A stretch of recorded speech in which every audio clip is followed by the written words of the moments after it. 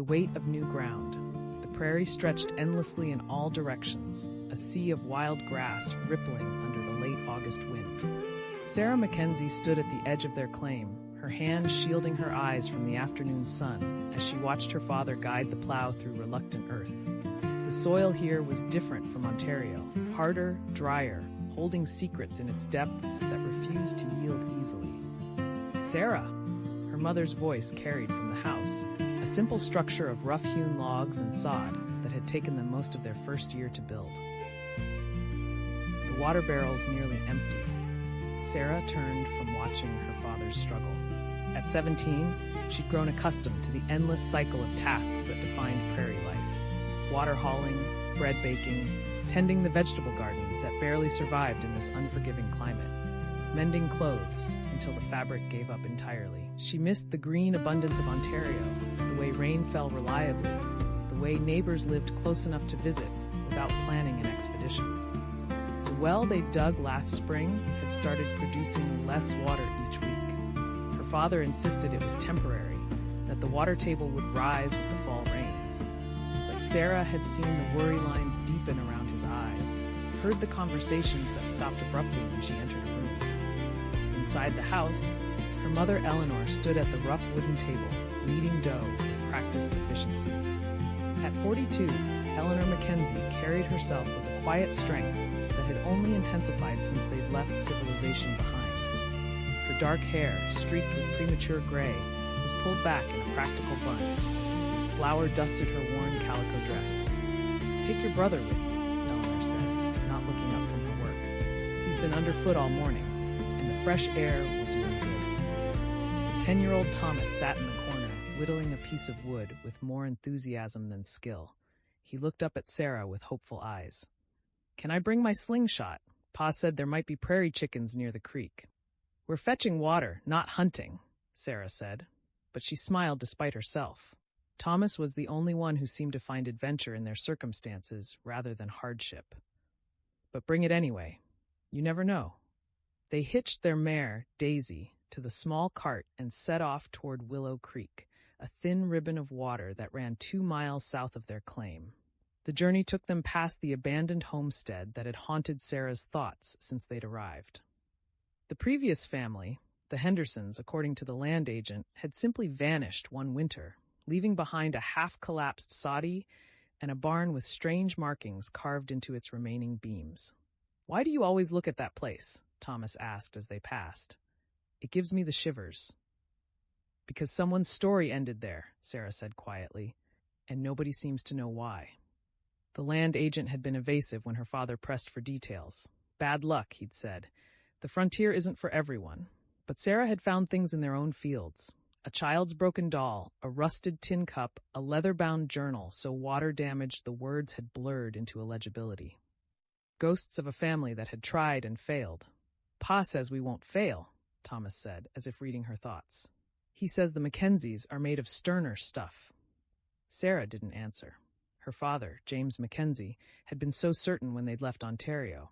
The Dominion Lands Act promised 160 acres for a $10 registration fee, land of their own, a fresh start, prosperity for those willing to work for it. He'd sold their small farm back east, packed up everything they owned, and brought them west on the railroad with dreams burning bright in his eyes. 3 years later, those dreams had dimmed considerably. At the creek, Sarah filled the barrels while Thomas skipped stones across the sluggish water. The creek was lower than she'd ever seen it, exposing rocks and mud that should have been submerged. If this drought continued, even this lifeline might disappear. "Someone's coming," Thomas said suddenly, pointing north. A rider approached on a dark horse, moving at an easy canter across the open prairie. As he drew closer, Sarah recognized Daniel Thornton, the son of their nearest neighbors 5 miles east. The Thorntons had arrived the same year as the Mackenzies, and while the families weren't close, they'd helped each other through various crises. A barn raising, a difficult calving, the time Eleanor had taken sick with fever. Daniel was 20, tall and lean with sun-darkened skin and light brown hair that needed cutting. He reined in his horse and tipped his hat to Sarah, his gray eyes serious. "Miss Mackenzie, Thomas." He nodded to each of them. "I was heading your way," Got news from town. Sarah's stomach tightened. News from Medicine Hat was rarely good. What kind of news? The bank's calling in loans early. Some trouble with Eastern investors pulling out. My father heard it from the storekeeper yesterday. Daniel's jaw was tight. A lot of homesteaders took loans for seed and equipment. If they can't pay, he didn't need to finish. Sarah knew exactly what her family owed. $200 for the seed wheat that had mostly failed last year. Another $50 for the plow that kept breaking. $30 more for supplies they couldn't do without. Her father had been confident they'd pay it back after this year's harvest. But the wheat was thin and sparse, struggling in the drought-stricken soil. "How long do we have?" Sarah asked. 30 days, maybe less. Daniel shifted in his saddle, uncomfortable. "I'm sorry to be the bearer of bad tidings, but I thought you should know before the bank agent comes calling." "Thank you," Sarah managed. "That's kind of you to ride all this way." Something flickered in Daniel's eyes. Concern, or perhaps something more. "Your family's good people, Sarah. If there's anything we can do, we'll manage," she said automatically, though she had no idea how. "We always do." After Daniel rode off, Thomas looked up at her with worry creasing his young face. "Are we going to lose the farm?" "No," Sarah said firmly, praying she wasn't lying. "Pa will figure something out. He always does." But as they loaded the water barrels and started the slow journey home, Sarah's mind raced through impossible calculations. $280. It might as well have been 2,000. They had no savings. Every penny went to survival. The harvest wouldn't come in for another month, and even then, with the drought. When they returned home, her father was unhitching the plow horses, his shirt soaked with sweat despite the late afternoon hour. James Mackenzie was a big man, broad-shouldered and strong, but 3 years of prairie life had carved away any excess. His dark beard was streaked with dust, his hands calloused and scarred from endless labor. "Good haul?" he asked, nodding toward the water barrels. Sarah climbed down from the cart, trying to find the right words. "Pa, Daniel Thornton came by," he said. "I know about the bank," James cut her off, his voice flat. "Rode into town myself yesterday." Eleanor appeared in the doorway, wiping her hands on her apron. Something in James's tone had alerted her. "James?" He looked at his wife, then his children, and Sarah saw something she'd never seen before in her father's eyes. Not just worry, but fear. "We need to talk, all of us, inside." The family gathered around the rough table, the bread dough sitting forgotten to one side. James sat heavily, suddenly looking every one of his 45 years. "The bank's calling in the loans," he said without preamble. 30 days to pay in full or they take the claim." Eleanor's face went pale. "All of it? But we have 3 years invested." "The Dominion Lands Act doesn't protect us from private debts," James said bitterly. "I signed papers, put up the land as collateral. I thought—" He shook his head. "I thought this year would be different." "How much?" Eleanor asked quietly. $280. The number hung in the air like a death sentence. Thomas looked between his parents, not fully understanding but sensing the gravity. Sarah's mind was already working through options, discarding each one as quickly as it formed. "Could we sell the cattle?" Eleanor suggested. "Or the horses? The cattle would bring maybe $40, and we need them for winter." "The horses," James rubbed his face. "We can't work the land without horses, and even if we sold everything, we'd still be short." "There must be something," Sarah said. "Someone in town who could extend the loan, or—" "I already asked," her father said. "The bank's the only game in town, and they're not budging. Too many homesteaders in the same situation. They want their money now." Silence settled over the table. Outside, the wind picked up, rattling the shutters. Sarah thought of the Henderson place, abandoned and slowly crumbling back into the prairie. Would their home suffer the same fate? Would some future family find traces of the Mackenzies and wonder what had become of them? "There might be one option," James said slowly, reluctantly. "But I don't like it." Eleanor looked up sharply. "What option?" "There's a man in Medicine Hat, Cornelius Blackwood. He's buying up claims from homesteaders who can't make it, offering to pay off their debts in exchange for the land." "And then what?" Eleanor demanded. "Where would we go? Back to Ontario with nothing? We sold everything to come here, James. Everything." "I know that." James's voice rose. Then he caught himself, lowering it with visible effort. You think I don't know that? But what choice do we have? At least we'd walk away without debt. We could start over somewhere else. No. Eleanor's voice was steel. We don't run. Not from this. We came here to build something, and that's what we'll do. With what? James asked, spreading his hands. With prayers and wishes? The land won't give up what it doesn't have, Eleanor. I've worked myself to the bone, and it's not enough. It's never enough.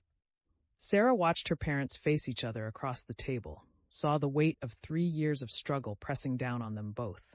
Her mother, who never complained about the endless work, the isolation, the fear. Her father, who'd promised them prosperity and instead delivered hardship. What about the wheat? Sarah asked. If we harvest early, maybe we could. It's not ready, James said. Another 3 weeks at least. And even then, with the drought, we'll be lucky to get half what we need. Then we need to find another way, Eleanor said firmly. We have 30 days. That's time enough to think of something. But Sarah could see her father didn't believe it. Could see him already surrendering, already planning their retreat. And something in her rebelled against that acceptance, that quiet admission of defeat. That night, after Thomas had been put to bed and her parents had retreated to their own room for whispered conversations, Sarah sat by the dying fire and stared into the embers. The house creaked around her, settling into the cooling earth. Outside, the prairie stretched vast and indifferent, under a canopy of stars so bright they seemed close enough to touch. She thought of Daniel Thornton riding all that way to warn them. Thought of the mysterious Cornelius Blackwood. Buying up failed dreams. Thought of the Henderson family and their unexplained disappearance. 30 days. Sarah had never been to Medicine Hat alone. Young women didn't travel unescorted, didn't involve themselves in business matters, but these weren't normal times. If her father had given up, if her mother's determination had no practical plan behind it, then perhaps it fell to her to find a solution. She rose and moved to the small wooden chest that held her few possessions. At the bottom, wrapped in cloth, was her grandmother's silver locket, the only thing of value she owned. It had been in the family for 3 generations, passed from mother to eldest daughter. It might be worth $10, maybe $15. It wasn't enough, but it was a start. As Sarah tucked the locket back into its hiding place, she noticed something odd. The floorboard beneath the chest sat slightly higher than its neighbors. She'd never paid attention before, but now, in the firelight, the difference was obvious. Curious, she moved the chest aside and pried at the board. It came up easily, revealing a small, hollow space beneath. Inside was a leather pouch, old and cracked with age. Sarah's heart hammered as she opened it. Inside were letters, 3 of them, yellowed with time, addressed to someone named Margaret Henderson, the previous family. She unfolded the first with trembling hands. The handwriting was hurried, almost frantic. Margaret, he knows. We have to leave tonight. Take only what you can carry. Don't trust anyone in town, especially not Blackwood. He'll say anything to get the land. The mine is real. I found the entrance yesterday, exactly where the old Métis trader said it would be. But Blackwood found out somehow. We're not safe here anymore. Burn this letter. Sarah read it twice, her mind reeling. A mine? Cornelius Blackwood? The same man her father had mentioned, the one buying up homesteads? She reached for the second letter, but before she could open it, she heard footsteps. Quickly, she shoved the letters back into the pouch and replaced the floorboard, sliding the chest back into place just as her mother emerged from the bedroom. Can't sleep? Eleanor asked softly. Sarah stood, her mind racing with questions she couldn't yet ask. Just thinking. Eleanor moved to stand beside her daughter, both of them staring into the dying fire. We'll find a way, she said. We didn't come all this way to fail. Sarah nodded, but her thoughts were elsewhere, on letters hidden beneath floorboards, on a family that had fled in the night, on a man named Blackwood, who seemed to be at the center of something dark and hidden, and on a mine that might or might not exist, somewhere on this endless prairie, 30 days to save their home. Sarah had a feeling that was only the beginning of their problems. The weight of secrets. Sarah Mackenzie woke before dawn, the Henderson letters hidden beneath her pillow like burning coals. She'd barely slept, her mind turning over the cryptic words again and again. He knows about the mine. We cannot stay. Trust no one, especially not Blackwood. The pre-dawn darkness pressed against the single window of the room she shared with Thomas, who slept soundly in the narrow bed across from hers, his breathing steady and innocent. She dressed quietly in the dark, her worn cotton shift, the patched calico dress that had once been her mother's, the apron stained with garden soil and wood ash. Her fingers trembled as she fastened the buttons. 30 days, $280. The numbers had haunted her dreams, twisting into images of her father's defeated face, her mother's forced smile, Thomas asking where they would go when they lost the homestead. The floorboards creaked as she moved toward the main room. Through the thin walls, she could hear her father's snoring, deep and troubled, punctuated by occasional mutters.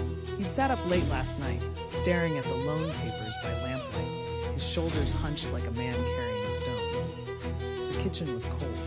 Sarah stirred the embers in the stove, adding kindling and a few precious pieces of split wood. The fire caught slowly, reluctantly, as if even it understood the weight of conservation in a household counting every resource. She filled the kettle from the water barrel. The level was lower than yesterday, lower than it should be, with the well running thin and no rain in sight. While the water heated, Sarah retrieved the letters from her room, spreading them carefully on the rough-hewn table. 3 letters written in different hands. The first was dated July 1881, addressed to someone named Margaret Henderson from her sister in Ontario. Cheerful news about a new baby, questions about Prairie Life, hopes that the homestead was prospering. The second, in November 1881, was darker, a brief note from Margaret to her sister, never sent, describing crop failure and mounting debts. And the third, undated but clearly written in haste, was the warning that had kept Sarah awake. My dearest sister, it read in Margaret Henderson's increasingly frantic script. If you receive this, know that we have fled in the night. James discovered something on the northeast corner of our claim, a shaft, old and deep. He believed it to be a played-out mine from before the homestead grants. But Cornelius Blackwood learned of it somehow. He came twice, offering to buy our land for a pittance, his eyes cold and calculating. When James refused, strange things began to happen. Our well fouled overnight, 3 chickens killed, throats torn but not eaten. James found a surveyor's mark on our land that hadn't been there before. Blackwood came a 3rd time with 2 rough men, no longer asking but demanding. We leave tonight for Montana Territory. Trust no one, especially not Blackwood. The mine is cursed or claimed by devils. Let it stay buried. Sarah traced the words with her finger. A mine. On the northeast corner of the Henderson claim, which was now the northeast corner of the Mackenzie claim. She closed her eyes, picturing the land. The northeast section was the roughest part of their property, where the prairie gave way to bray to broken coulees and scattered stands of wolf willow. Her father had tried plowing there the first year and given up, declaring the soil too poor and rocky. They'd used it only for grazing since then. The kettle began to whistle. Sarah quickly folded the letters and tucked them into her apron pocket, then prepared the morning coffee. Chicory mixed with precious real coffee grounds, stretched to last. She was slicing yesterday's bread when her mother emerged from the bedroom, already dressed, her hair hastily pinned. "You're up early," Eleanor Mackenzie said, her voice soft to avoid waking the others. Her eyes, sharp and knowing, studied Sarah's face. "Couldn't sleep?" "Thinking," Sarah admitted. Eleanor moved to the stove, warming her hands over the growing heat. Dangerous occupation these days, thinking. But there was no humor in her tone, only a bone-deep weariness that she tried to hide. "Your father's talking about going to Medicine Hat today, to speak with Mr. Garrison at the bank. To beg for more time? To see if there's any possibility of extending the loan. Or," Eleanor's voice faltered, "or to discuss terms of surrender." Sarah's hand stilled on the bread knife. "Surrender? If we can't pay, the bank takes the land regardless. Your father thinks if we negotiate now, we might at least walk away with the livestock and wagon, enough to make a fresh start somewhere else." Eleanor turned to face her daughter, and Sarah saw something she'd never seen before in her mother's eyes. Defeat. "Maybe he's right, Sarah. Maybe we've fought long enough." No. The word came out harder than Sarah intended. She set down the knife and pulled the letters from her pocket. "Mama, I found something yesterday, in the old chicken coop." Eleanor took the letters with trembling hands, moving closer to the window's growing light. Sarah watched her mother's face as she read, saw the confusion give way to shock, then fear. "A mine," Eleanor whispered. "On our land. On the northeast corner. Mama, if there's really a mine, if it has anything valuable, it's dangerous." Eleanor's voice was sharp now, protective. "These people fled in terror, Sarah. This Blackwood man is the same man Daniel Thornton warned us about, the one buying up failing homesteads." Sarah stepped closer, urgent.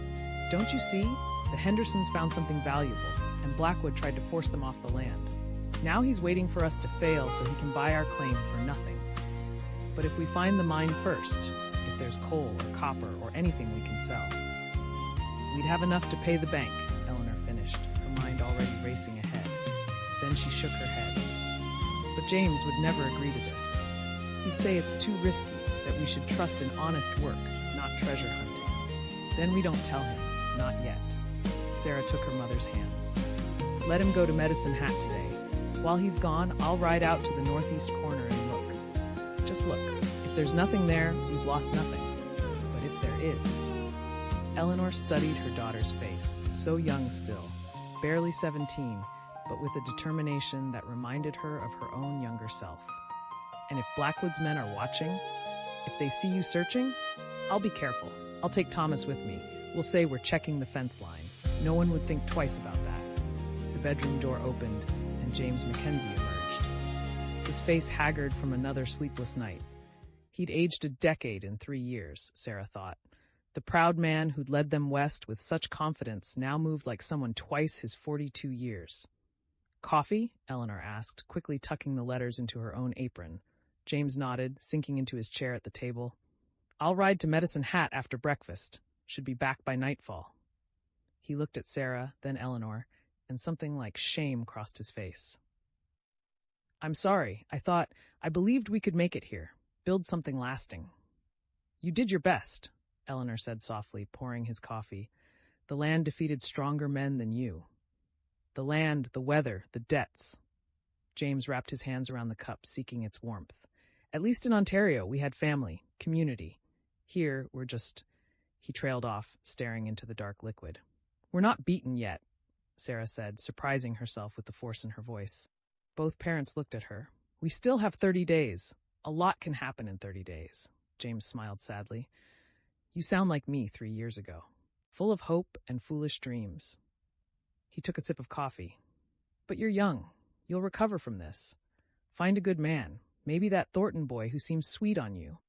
Start fresh somewhere the land doesn't fight you at every turn." Sarah felt the letters in her mother's pocket like a physical presence, a secret burning between them. She met her mother's eyes across the table and saw the same thought. "Not yet. Not until we know." Breakfast was a quiet affair. Porridge stretched with water, the last of the previous summer's preserves, bread and butter. Thomas woke and joined them, chattering about a hawk he'd seen yesterday, oblivious to the tension around the table. Sarah let his words wash over her, already planning. The northeast corner was a 2-hour ride. If they left by mid-morning, they'd have several hours to search before her father returned. After James departed for Medicine Hat, his shoulders set with grim determination, Sarah found her mother in the garden, working among the struggling vegetables. "I'm taking Thomas to check the northeast fence," Sarah said quietly. Eleanor didn't look up from her weeding. "Be back before dark." And Sarah? Now she did look up, her eyes fierce. "If you see anyone at all, you come straight home. Don't let curiosity override caution." "I won't." "And take the rifle." Sarah felt a chill despite the climbing sun. "You think it's that dangerous?" "I think people have done worse things for less than a secret mine." Eleanor stood, brushing dirt from her apron. "The Hendersons fled in the night, Sarah. They were terrified. Whatever's out there, it's worth being careful." An hour later, Sarah and Thomas rode north across their land on their father's mare, Belle, with the old Winchester rifle secured in its saddle holster. Thomas sat behind her, his arms around her waist, still chattering happily about this unexpected adventure. Sarah had told him they were checking for fence damage from the last windstorm, a plausible enough excuse. The prairie stretched endlessly in all directions, golden grass rippling like water in the constant wind. The sky was a hard, brilliant blue, empty of clouds. Beautiful and merciless, Sarah thought. The land gave nothing easily. As they rode, she studied the terrain with new eyes. The northeast corner of their claim was where the flat prairie began to break up, carved by ancient watercourses into a landscape of coulees and ravines. Stands of wolf willow and silverberry clustered in the low spots where moisture collected. Her father had been right to give up on plowing here. The soil was thin and rocky, the ground uneven, but perfect for hiding a mine entrance. "Why are we really out here?" Thomas asked suddenly. Sarah glanced back at her brother. "What do you mean?" "Papa checked the fences last week, and you keep looking around like you're searching for something." His young face was serious. "Is it about the money? About losing the homestead?" Sarah's throat tightened. She'd underestimated her little brother's awareness. "We're not going to lose the homestead," she said, trying to sound confident. "Papa thinks we are. I heard him and Mama talking last night.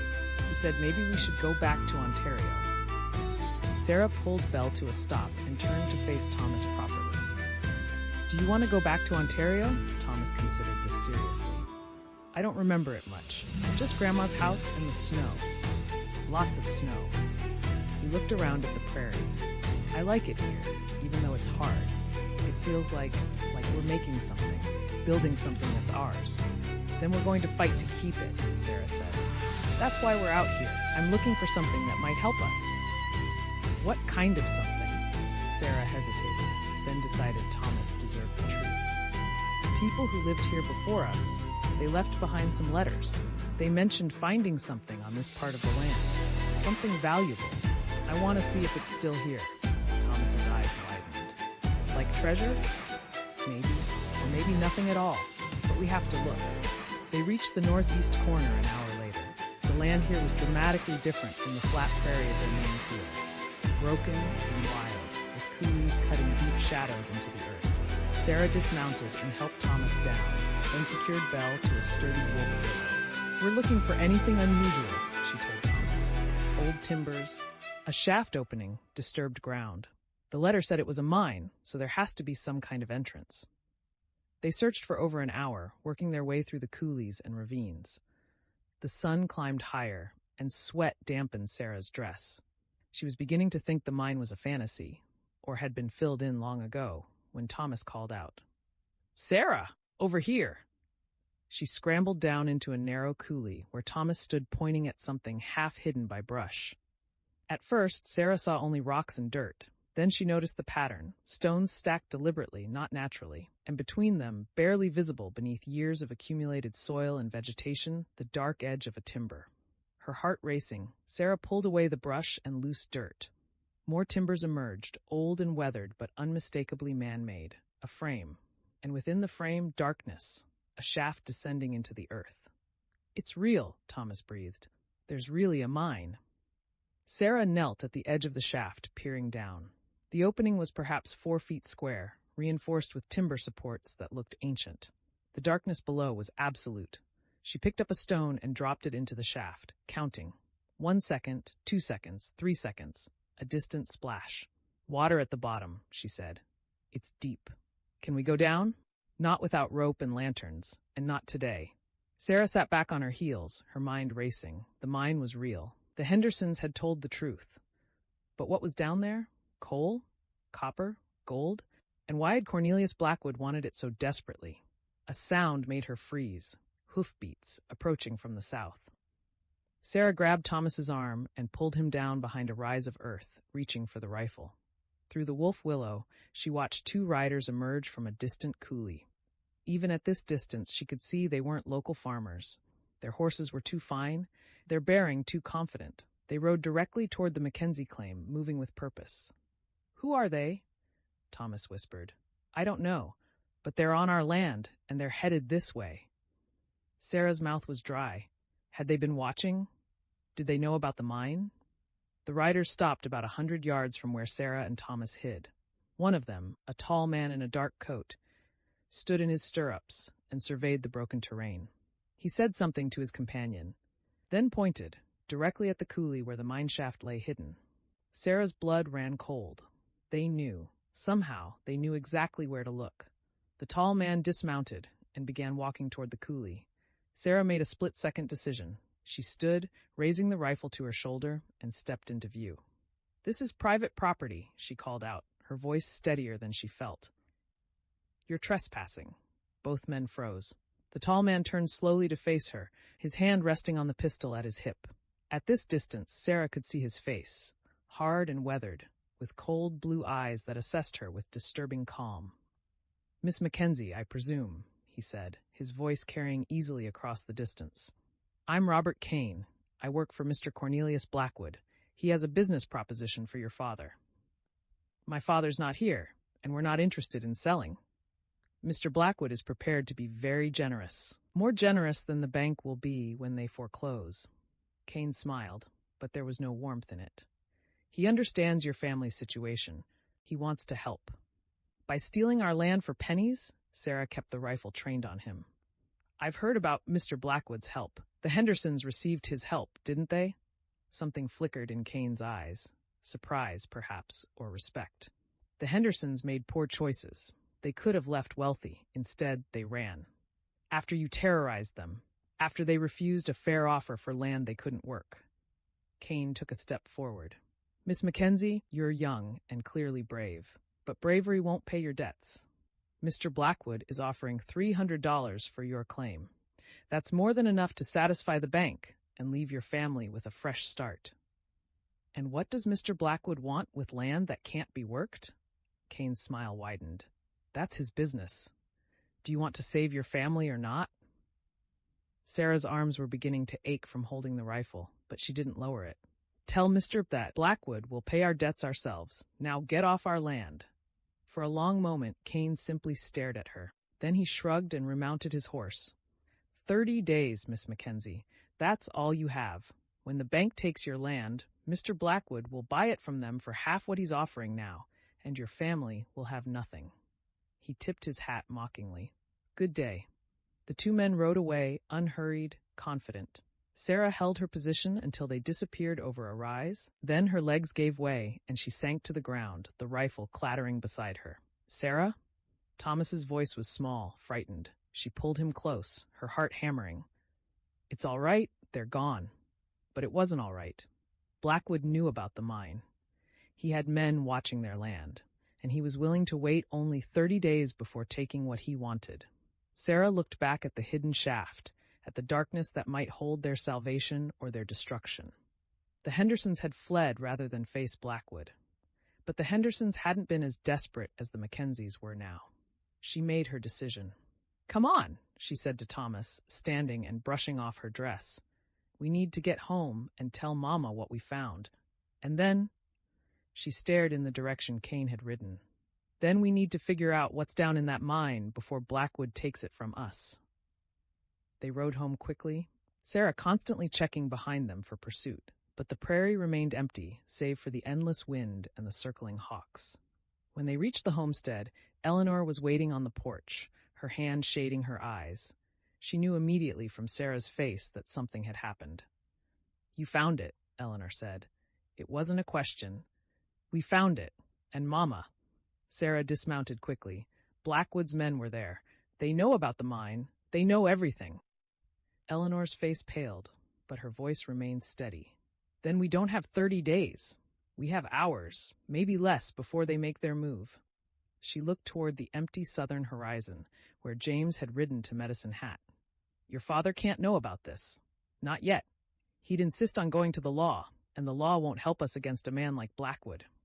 So what do we do?" Eleanor met her daughter's eyes, and Sarah saw the same fierce determination she felt burning in her own chest. "We go down into that mine tonight.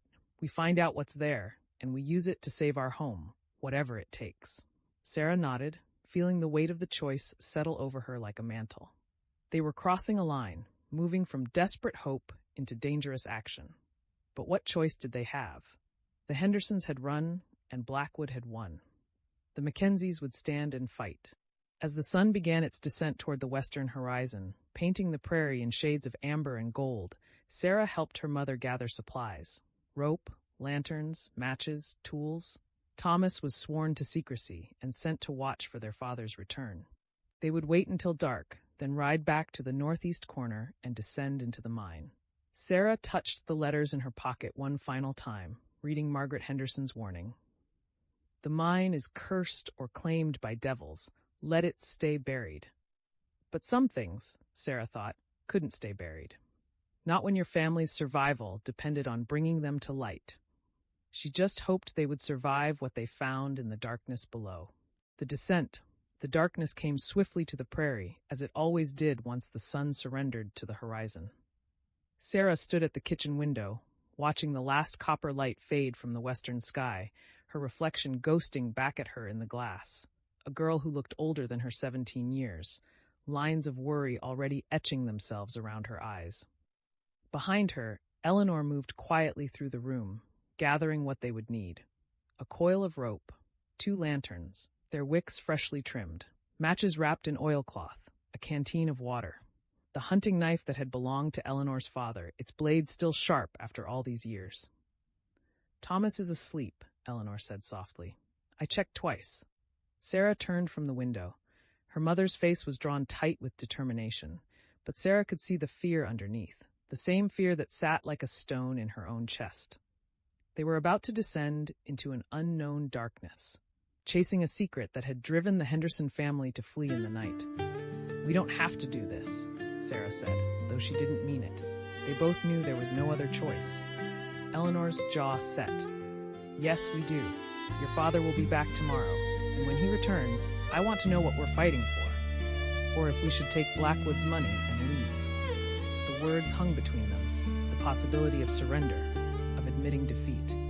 Sarah thought of the Henderson letters hidden beneath her mattress, the desperation in those hastily scrawled lines. "He knows about the mine. We can't stay. God forgive us for what we're leaving behind." What had they left behind? What was worth more than their lives? "Then we go," Sarah said. They waited another hour until the moon rose, a waning crescent that gave just enough light to navigate by. Sarah pulled on her father's old work coat, too large in the shoulders, and wound a scarf around her neck. The September night had teeth. By October, it would bite clean through to the bone. They moved like shadows across their own land, away from the house and the barn where the horses stirred restlessly in their stalls. The prairie stretched endlessly around them, painted silver and black by moonlight. Somewhere in the distance, a coyote called, a lonely, rising wail that made Sarah's skin prickle. The mine shaft waited where they'd left it, the boards still pulled aside, revealing the mouth of darkness beneath. Eleanor knelt at the edge and lowered the first lantern on its rope, playing out the line slowly. The light descended, painting the earthen walls in shifting amber, until it reached the bottom, 30 feet down, maybe more. "No water," Eleanor said, relief evident in her voice. "It must drain somewhere." Sarah peered into the shaft. The bottom was indeed dry, scattered with fallen earth and what looked like old timbers. The air rising from below smelled of damp earth and something else, something metallic and sharp. "I'll go first," Sarah said. Eleanor caught her arm. "Sarah, I'm lighter. If the rope holds for me, it'll hold for you." It was logic, not bravery, but Eleanor's eyes shone with something that might have been pride. She tested the rope around the old oak's trunk, pulling hard, then helped Sarah tie a loop around her waist. "If anything feels wrong, anything at all, you call up to me," Eleanor said. "Promise me."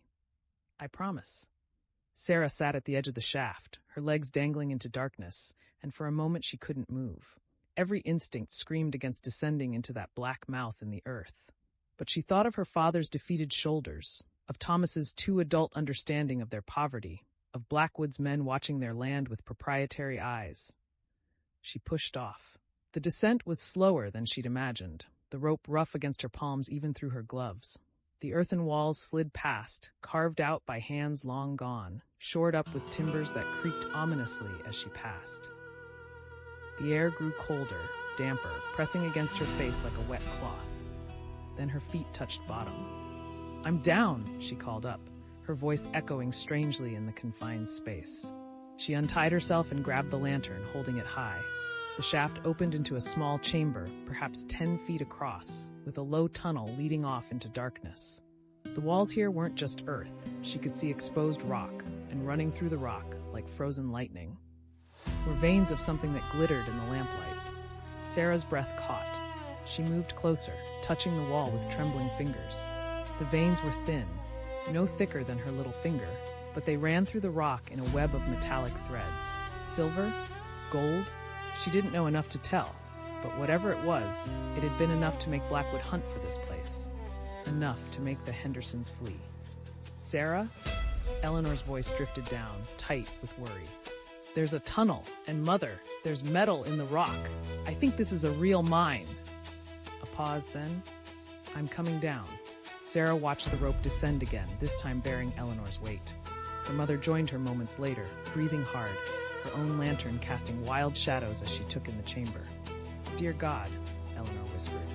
She moved to the wall, running her hands over the metallic veins. This is what Blackwood wants. This is why he's buying up all the land around here. But why abandon it? Sarah asked. If the Hendersons found this, why not work it? Why run? Eleanor turned to face the tunnel entrance. Maybe we're about to find out.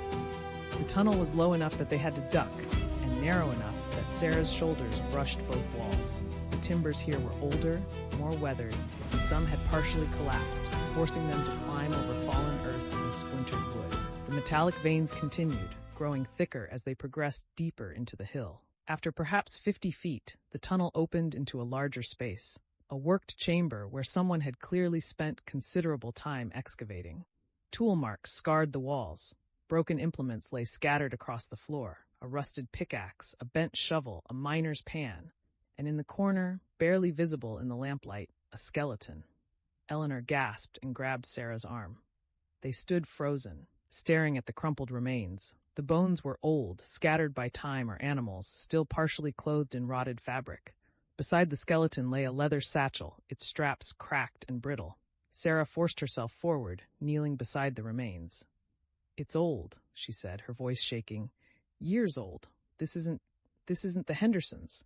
The original miner, Eleanor said quietly, the one who dug this shaft. Sarah reached for the satchel, then hesitated. Disturbing the dead felt wrong, sacrilegious. But they needed to know. She lifted the bag carefully and it nearly fell apart in her hands.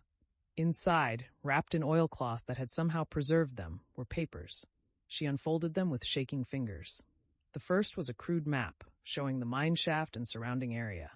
The second was a letter, the handwriting cramped and desperate. June 1878. I, William Garrett, being of sound mind, do hereby record that I have discovered a significant silver deposit on Section 15, Township 12, Range 7. The vein runs deep and true. I have staked my claim with the Dominion Land Office, but I fear my partner, C. Blackwood, means to take this discovery for himself. He has grown violent in his demands. I no longer feel safe. If anything should happen to me, let this letter stand as testimony that this mine is my discovery, my claim, my legacy for my children. The letter was signed and dated. Sarah's hands trembled as she passed it to Eleanor. Blackwood, Eleanor breathed. He's been after this mine for 6 years. He probably killed this man. And when the Hendersons found it, he came after them too, Sarah said. The pieces were falling into place, a picture of greed and violence stretching back years. That's why they ran. They knew what happened to Garrett.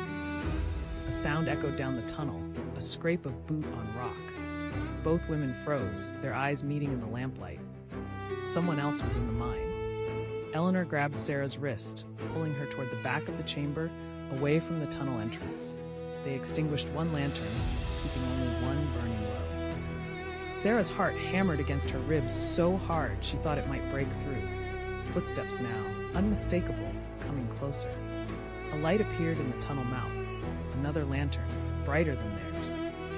I know you're in here, Mrs. Mackenzie. Robert Kane's voice rolled through the chamber, calm and assured. You and your daughter.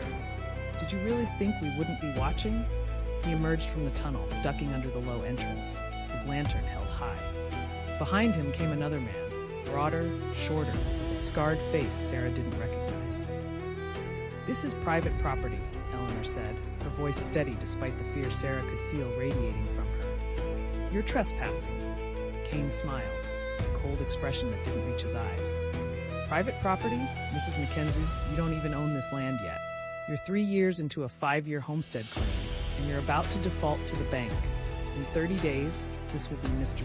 Blackwood's property. We're just getting an early look at our investment. His eyes moved to the skeleton, to the papers in Sarah's hands.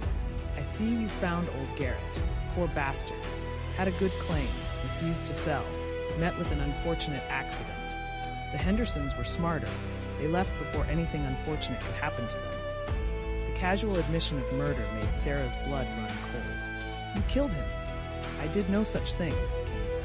I wasn't even in Canada in 1878. But Mr. Blackwood, well, he's been in the land business a long time. Sometimes accidents happen to stubborn men. Eleanor moved slightly, positioning herself between Sarah and the two men. What do you want? The same thing we've always wanted. Your land. Your signature on a deed of sale. But now, Kane's eyes glittered in the lamplight. Now you know too much. That complicates things. The scarred man moved to the side, cutting off their angle to the tunnel. They were trapped 30 feet underground, with two of Blackwood's men between them and escape. Sarah's mind raced. The rope was still hanging in the main shaft, but they'd never reach it before these men caught them. The tunnel behind them might lead deeper, but it could also be a dead end. They had one lantern, a knife, and the truth about a 6-year-old murder. My husband knows we're here, Eleanor said, though it was a transparent lie. If we don't return, your husband is in Medicine Hat, drinking himself into a stupor at the Prairie Rose Saloon, Kane interrupted. He'll be there until morning, and by then, well, accidents happen. Cave-ins, unstable mine shafts, two women exploring where they shouldn't, and the earth gives way. Tragic, really. He took a step closer. Sarah's hand found the knife at her mother's belt, closing around the handle. She'd never used a blade against a person, never imagined she could. But looking at Kane's cold smile, at the scarred man's predatory stance, she knew she would do whatever was necessary. Don't be foolish, girl, Kane said, seeing the movement. We don't want to hurt you.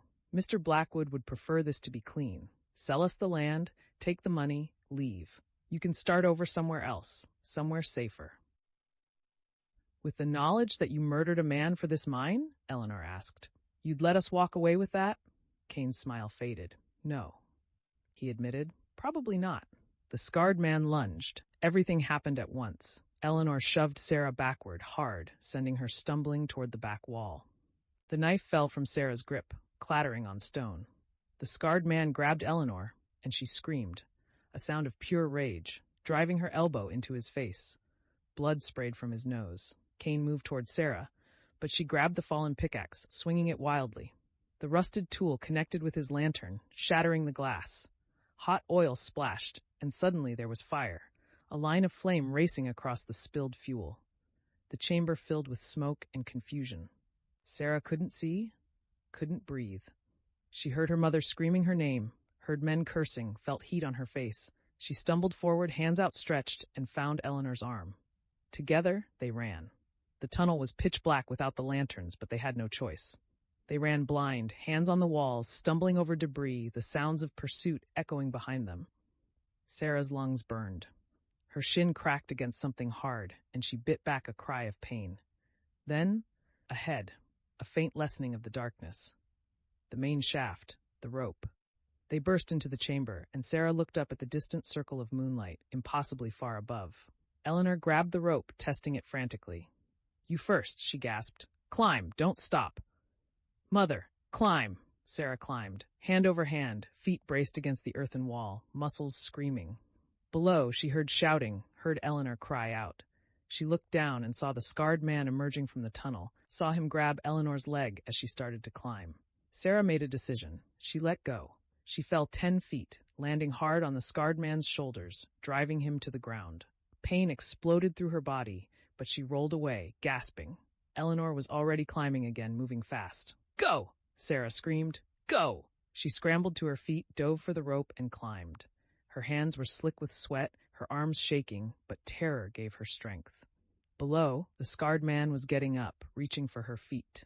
She kicked down, connected with something, heard him grunt. Then Eleanor's hands were gripping her wrists, hauling her up and over the edge. They collapsed on the prairie grass, gasping, as angry shouts echoed from the shaft below. Eleanor moved fast, untying the rope from the tree, pulling it up. Without it, The men were trapped, at least until they could fashion another way out. "Run," Eleanor whispered, "before they find another exit." They ran through the moonlit prairie, stumbling over grass and stones until the house appeared ahead. Thomas stood on the porch in his nightshirt, his eyes wide. "What happened?" he asked as they staggered up the steps. "I heard." "Inside," Eleanor commanded. "Lock the doors, windows too." They barricaded themselves in the house, Sarah's hands still shaking as she slid the heavy bar across the door. Eleanor moved through the rooms, checking every lock, every window, the hunting rifle now in her hands. Only when they were as secure as they could be did Eleanor sink into a chair, her face pale. "They know," she whispered. "They know we know." Sarah nodded, unable to speak. In her pocket, crumpled but intact, was William Garrett's letter, proof of Blackwood's crime, proof of their claim to the mine, proof that would either save them or get them killed. Outside, in the darkness, Sarah thought she heard the sound of horses, riders circling their homestead like wolves around wounded prey. They had 30 days before the bank took their land. But looking at her mother's terrified face, at Thomas's wide eyes, Sarah wondered if they had even 30 hours. The war for their homestead had begun, and they had just drawn first blood. The long night. The darkness inside the soddy felt absolute, thick as wool despite the single candle Eleanor had lit and placed on the table. Sarah sat with her back against the rough wall, the rifle across her lap, her hands still trembling. The cut on her temple had stopped bleeding, but the dried blood pulled at her skin when she moved. Every sound outside, the wind rattling the door, a coyote's distant howl, the creak of settling timber, made her grip the weapon tighter.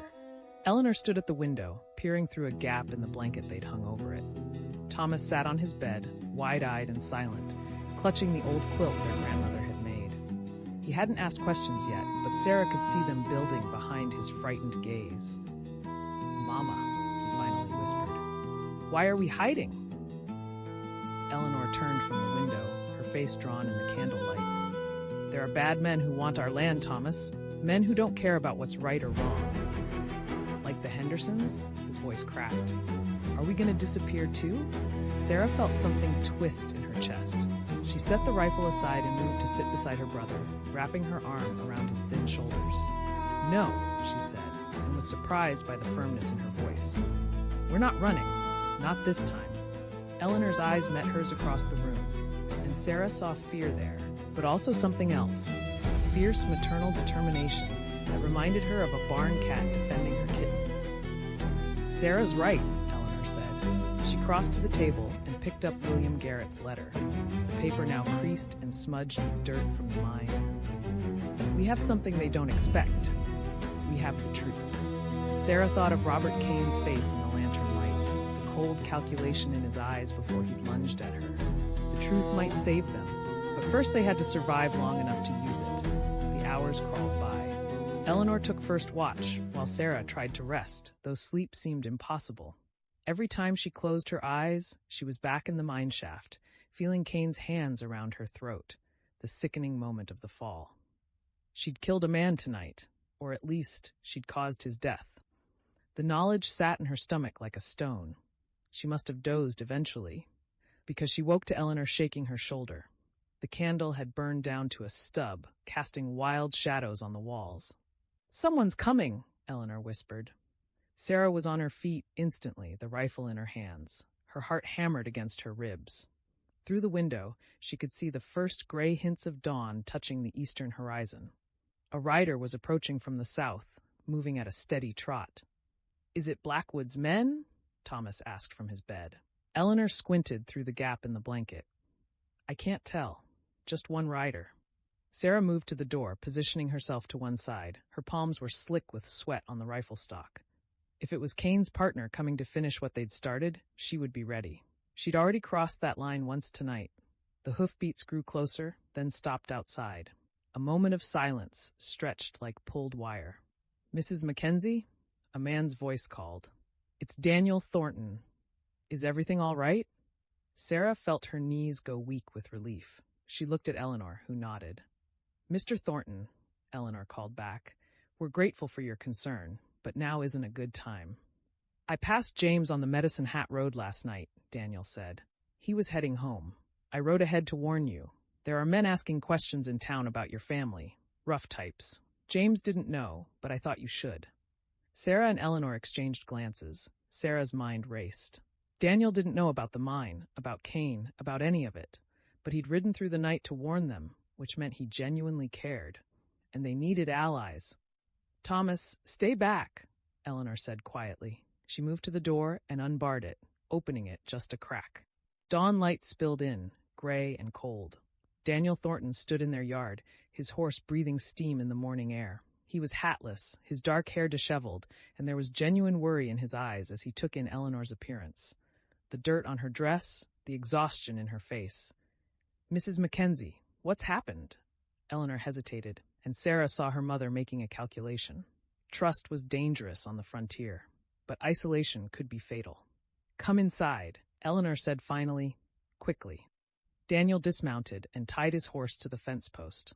As he stepped into the soddy, his eyes found Sarah, and she saw them widen at the sight of her, the blood on her temple, the bruises forming on her neck, the rifle in her hands. Sarah, he started forward, then stopped, perhaps sensing the tension in the room. What happened to you? We were attacked, Sarah said. The words felt strange in her mouth, too dramatic, too much like something from a dime novel. But they were true. Last night, men working for Cornelius Blackwood. Daniel's face hardened. Blackwood, I should have known. He looked at Eleanor. Where's James? In Medicine Hat, negotiating with the bank, Eleanor said. She closed the door and barred it again. He doesn't know what's happened here. Tell me everything, Daniel said. So they did.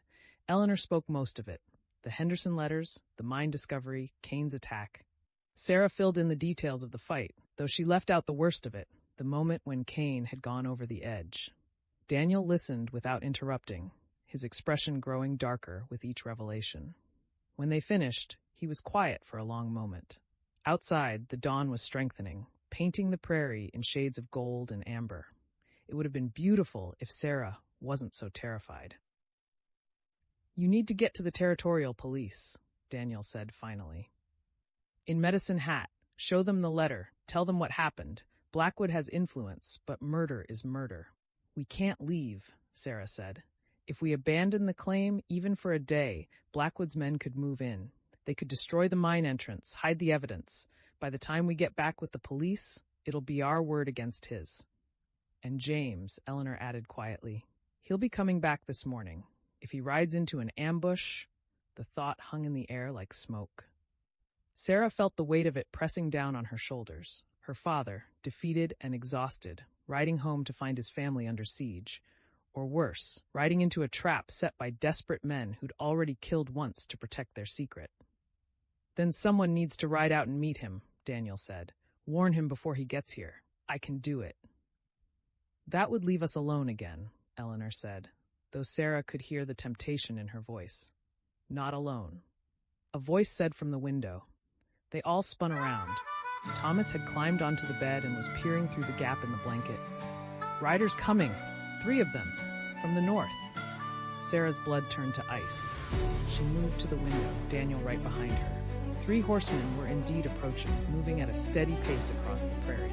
Even at this distance, she could see they were well armed. Blackwood's men? Daniel asked. Sarah strained to see. The lead rider was large, broad-shouldered. Not Cain. He was at the bottom of the mine shaft, but someone else from Blackwood's crew. The other 2 she didn't recognize. Probably, she said. Her mouth was dry. They're coming to finish what Cain started. Eleanor moved to the shelf where James kept his ammunition. Her hands were steady as she began loading cartridges into her pockets. Thomas, get under the bed. Don't come out no matter what you hear. Mama. Now, Thomas. The boy scrambled under the bed, his face pale with fear. Sarah felt a surge of anger so fierce it surprised her. These men, Blackwood and his hired thugs, had brought violence to their home, had terrorized a child, had murdered and schemed and threatened, all for silver in the ground. Well, they wouldn't have it. Not without a fight. Mrs. Mackenzie, Daniel said quietly, I'm not leaving you to face this alone. Eleanor looked at him for a long moment, and Sarah saw something pass between them, an understanding, a mutual respect. Daniel Thornton was young, barely older than Sarah herself, but he was offering to stand with them against armed men. It was the kind of courage that defined a person. "Then we hold them off until James gets back," Eleanor said, "and we don't let them anywhere near that mine." Sarah checked the rifle's load, then took up a position by the window. Daniel drew his revolver and moved to the other side of the door. Eleanor stood in the center of the room, James's old shotgun in her hands, looking like some biblical figure preparing for judgment. The riders came closer. Sarah could see their faces now. Hard men, the kind who hired out their guns to the highest bidder. The lead rider raised his hand, and they stopped about 50 yards from the soddy, just out of easy rifle range. "Mrs. Mackenzie," the lead rider called. "Mr. Blackwood wants to talk. Come out peaceful, and nobody needs to get hurt." Eleanor's jaw tightened. She moved to the door but didn't open it. "Tell Mr. Blackwood we have nothing to say to him. He's prepared to be generous. $500 for your claim. You and your family can walk away rich." $500. Sarah felt a bitter laugh rise in her throat. Yesterday, that would have seemed like a fortune. Today, knowing what was in that mine, it was an insult. "We're not selling," Eleanor shouted back. "Then we have a problem." The rider's voice hardened. "Robert Kane didn't come back last night. We know you were at the mine. Where is he?" Sarah and Eleanor exchanged glances. So they didn't know Kane was dead. That was something, at least. "Mr. Kane tried to kill us," Sarah called out, surprising herself with her boldness. "We defended ourselves. If you want to end up the same way, come closer." There was a moment of silence. Then the rider turned to his companions, and they conferred in low voices. Sarah's heart pounded so hard she thought they might hear it across the distance. "We're not going anywhere," the rider finally shouted. "You can sit in there and starve, or you can come out and talk reasonable. Your choice."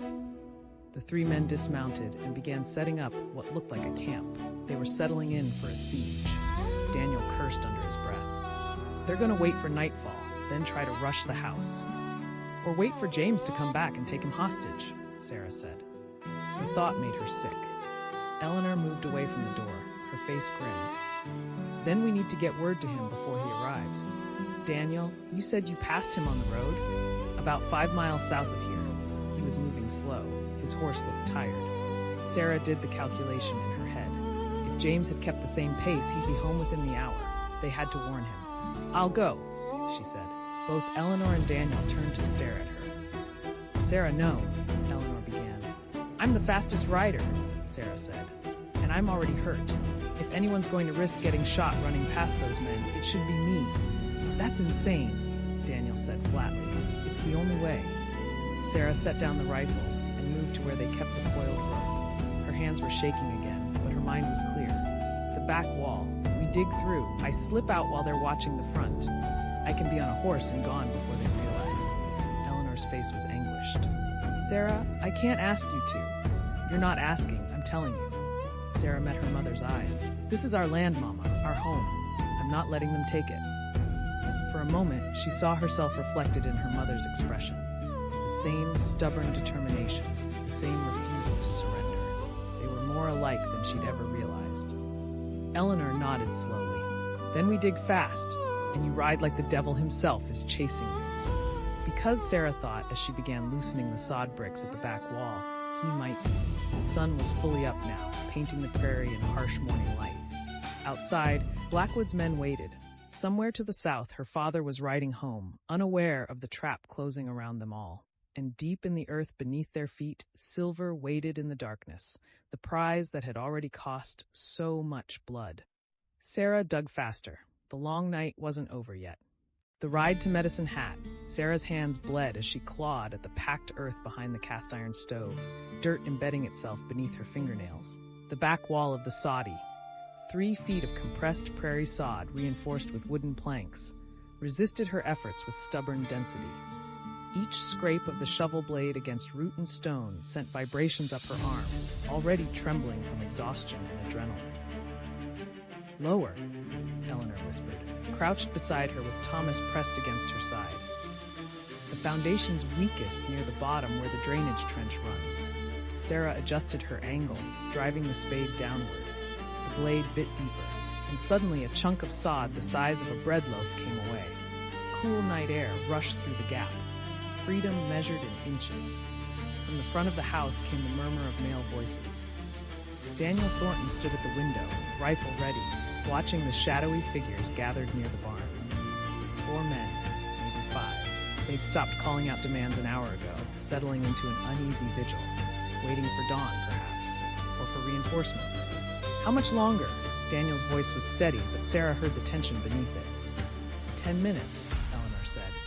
Maybe less. Sarah's shoulders burned as she worked, widening the hole with controlled desperation. The opening had to be large enough for her to squeeze through, but small enough that the men outside wouldn't notice the disturbance until she was long gone. She thought of her father, James Mackenzie, riding home through the darkness, exhausted from his failed negotiations with the bank, unaware that armed men waited to ambush him on the trail. The image propelled her forward. She attacked the wall with renewed fury, dirt cascading around her knees. "That's enough," Eleanor said finally, gripping Sarah's wrist. Her mother's face was pale in the lamplight, eyes bright with fear she was trying desperately to hide. "You can fit through that." Sarah set down the shovel and flexed her bleeding hands. The hole gaped before her, barely 2 feet across, angled downward beneath the foundation. Beyond it lay 30 feet of open ground to the chicken coop, then another 20 yards to where their horses were penned. After that, 3 miles of prairie darkness before she reached the main trail to Medicine Hat. 3 miles with armed men behind her. Eleanor pulled Sarah close, crushing her against her chest. Sarah felt her mother's heart hammering, felt the tremor in her embrace. "Stay low, stay quiet, get to your father and bring him back with help. Don't try to come back alone." "I won't," Sarah promised. And Sarah, Eleanor pulled back, gripping her daughter's shoulders. "If they see you, you ride. You don't stop, you don't look back. You ride straight to Medicine Hat, and you find the constable. Do you understand?" Sarah nodded, not trusting her voice. Thomas threw his arms around her waist. "Don't let them shoot you," he whispered fiercely. "I won't, little bear." She kissed the top of his head, breathing in the familiar smell of him. Soap and dried grass and childhood innocence that was being stripped away too soon. Daniel moved from the window, his face unreadable in the shadows. "Your father's horse, the bay mare. She's the fastest?" "Yes, Dancer. She'll be in the near corner of the pen, closest to the coop. The men are watching the front and the barn. They're not expecting anyone to come out the back." He paused, then added quietly, "But if they do see you, they'll shoot. They can't let you reach Medicine Hat." Sarah met his eyes. In the past 2 days, this stranger had become something more. An ally, a friend, perhaps something else she didn't have time to examine. He'd stayed when he could have fled. He'd armed himself to defend people he barely knew. Now his concern for her was written plainly across his features. "I'll be careful," she said. He nodded slowly, then did something unexpected. He reached out and tucked a loose strand of hair behind her ear, his calloused fingers gentle against her cheek. "Come back safe, Sarah Mackenzie." The moment stretched between them, electric and fragile. Then Eleanor was pressing a canteen into Sarah's hands, and Thomas was pushing her father's heavy coat at her, and there was no more time for anything but action. Sarah dropped to her knees and crawled into the hole. The earth pressed against her from all sides. Cold, suffocating, absolute. She wriggled forward on her elbows, feeling roots scrape against her back, tasting dirt. The opening seemed to narrow around her, and for one terrifying moment she thought she was stuck, buried alive in the wall of her own home. Then her hands broke through into open air. She dragged herself forward, hips scraping against packed sod, boots kicking for purchase. The night swallowed her as she emerged behind the soddy, gulping down air that tasted of dust and freedom and fear. The prairie stretched before her, silvered by starlight. No moon tonight, a blessing and a curse. She couldn't see clearly, but neither could they. Sarah pressed herself flat against the ground and listened. Male voices drifted from the front of the house, indistinct. The rustle of the wind through dried grass, the distant yip of a coyote, her own pulse thundering in her ears. She began to crawl. The chicken coop loomed ahead, a darker shadow against the darkness. 20 feet, 15. She moved in inches, every muscle coiled tight, expecting at any moment to hear a shout of discovery. The crack of a rifle. 10 feet. A horse whinnied from the direction of the barn, one of the men's mounts restless. Sarah froze, her cheek pressed against the cold earth. Footsteps crunched through dried grass, moving along the side of the house. "See anything?" a voice called. "Nothing. They're holed up tight." Cain should have been back by now. Maybe he's still in the mine. Or maybe those women did for him. A pause, heavy with implication. Boss won't like that. Boss won't like any of this. We were supposed to handle this quiet. The footsteps retreated. Sarah released a breath she hadn't known she was holding and resumed her crawl. She reached the chicken coop and pressed herself against its rough planks, giving herself a moment to orient. The horse pen was directly ahead, a split-rail fence enclosing 6 horses, 3 belonging to the Mackenzies, 3 to Blackwood's men. Dancer stood near the fence, her dark coat nearly invisible against the night. Sarah's father had bought the mare 2 years ago from a Métis trader. Swift, sure-footed, with the endurance to run all day. If any horse could carry her to Medicine Hat before dawn, it was Dancer. Sarah gathered herself and ran. She covered the distance in seconds, vaulting the fence with a desperation-fueled grace she didn't know she possessed. Dancer's head came up, ears swiveling forward. Sarah grabbed the mare's mane and swung herself onto the horse's bare back, her father's coat tangling around her legs. "Hiya!" she hissed, kicking the mare's flanks. Dancer exploded forward, crashing through the fence rails with a splintering crack that shattered the night's silence. Shouts erupted behind her. "There! Someone's running! Stop! Stop or we shoot." Sarah leaned low over Dancer's neck, urging the mare faster. The prairie opened before them, a vast darkness offering no shelter, no concealment, only speed. A rifle cracked. The bullet whined past her ear, close enough that she felt its passage. Another shot and another. Dancer surged forward, her powerful legs eating up the ground, her breath coming in great heaving gasps. Sarah risked a glance back. 3 riders were mounting up, silhouettes against the lamplight spilling from the Saudi's windows. They'd be after her in seconds. She faced forward and gave Dancer her head, trusting the mare's instincts in the darkness. The prairie flew beneath them, grass and stone and hidden gopher holes that could snap a horse's leg in an instant. Sarah's eyes watered from the wind, her hands tangled in Dancer's mane, her body moving with the horse's rhythm as if they were one creature. A mile passed, then 2. Behind her, the pursuit continued. She could hear the thunder of hooves, gaining ground. Dancer was fast, but she was carrying a rider bareback while the men behind had saddles and fresh mounts. The main trail materialized ahead, a pale ribbon cutting through the darkness. Sarah angled Dancer toward it, praying her father was close, praying she'd reach him before Blackwood's men reached her. Then she saw it, a single rider approaching from the south, a dark shape against the stars. "Papa!" she screamed. "Papa! It's a trap!" The rider's head came up. He reined his horse to a halt, confused by the apparition thundering toward him. His daughter, riding bareback through the night, pursued by armed men. James Mackenzie's confusion lasted only a moment. Then, he was spurring his horse forward, closing the distance between them, his hand moving to the rifle slung across his back. Sarah reached him as the pursuit thundered up behind her. She wheeled Dancer around, and suddenly, she and her father were side by side, facing 3 armed riders who were pulling their mounts to a halt 30 yards away. For a long moment, no one moved. The horses blew and stamped, their breath steaming in the cold air. Sarah's lungs burned, her hands shook, but she sat straight, meeting the eyes of the men who'd laid siege to her home. "What's the meaning of this?" James's voice cut through the darkness, sharp with authority and confusion. "Who are you, and why are you chasing my daughter?" The lead rider, a stocky man with a thick beard, shifted in his saddle. "Mr. Mackenzie, we've been waiting for you. Mr. Blackwood wants to speak with you about your property." "At gunpoint? In the middle of the night?" "There's been some trouble at your homestead. We were trying to keep everyone safe." "Safe?" Sarah's voice shook with rage and exhaustion. "You laid siege to our home. You threatened my mother and brother." "Now, miss, that's not—" "Where's Robert Cain?" James interrupted, his eyes narrowing. "I know Cain works for Blackwood. Is he part of this?" The men exchanged glances. The bearded man said carefully, "Cain went to speak with your wife about a business matter." "What business matter?" Sarah's hand found her father's arm.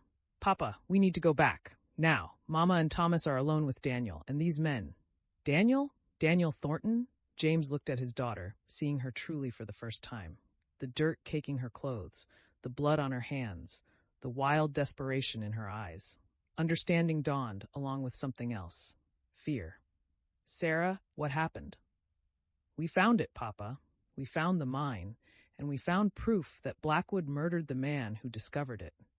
Cain tried to kill us to keep us quiet, and now, her voice broke. Now they're waiting at the house, and if we don't get back with help, I don't know what they'll do. The bearded man's hand moved toward his rifle. That's a damned lie. Mr. Blackwood is a respected businessman, who's murdered at least once and is willing to do it again. James's voice had gone cold, deadly. His rifle came up, not quite pointing at the men but ready. You boys have a choice. You can ride with us back to my homestead and we can settle this peaceful like with the constable, or you can try to stop us, and I guarantee you won't like how that ends. The standoff stretched.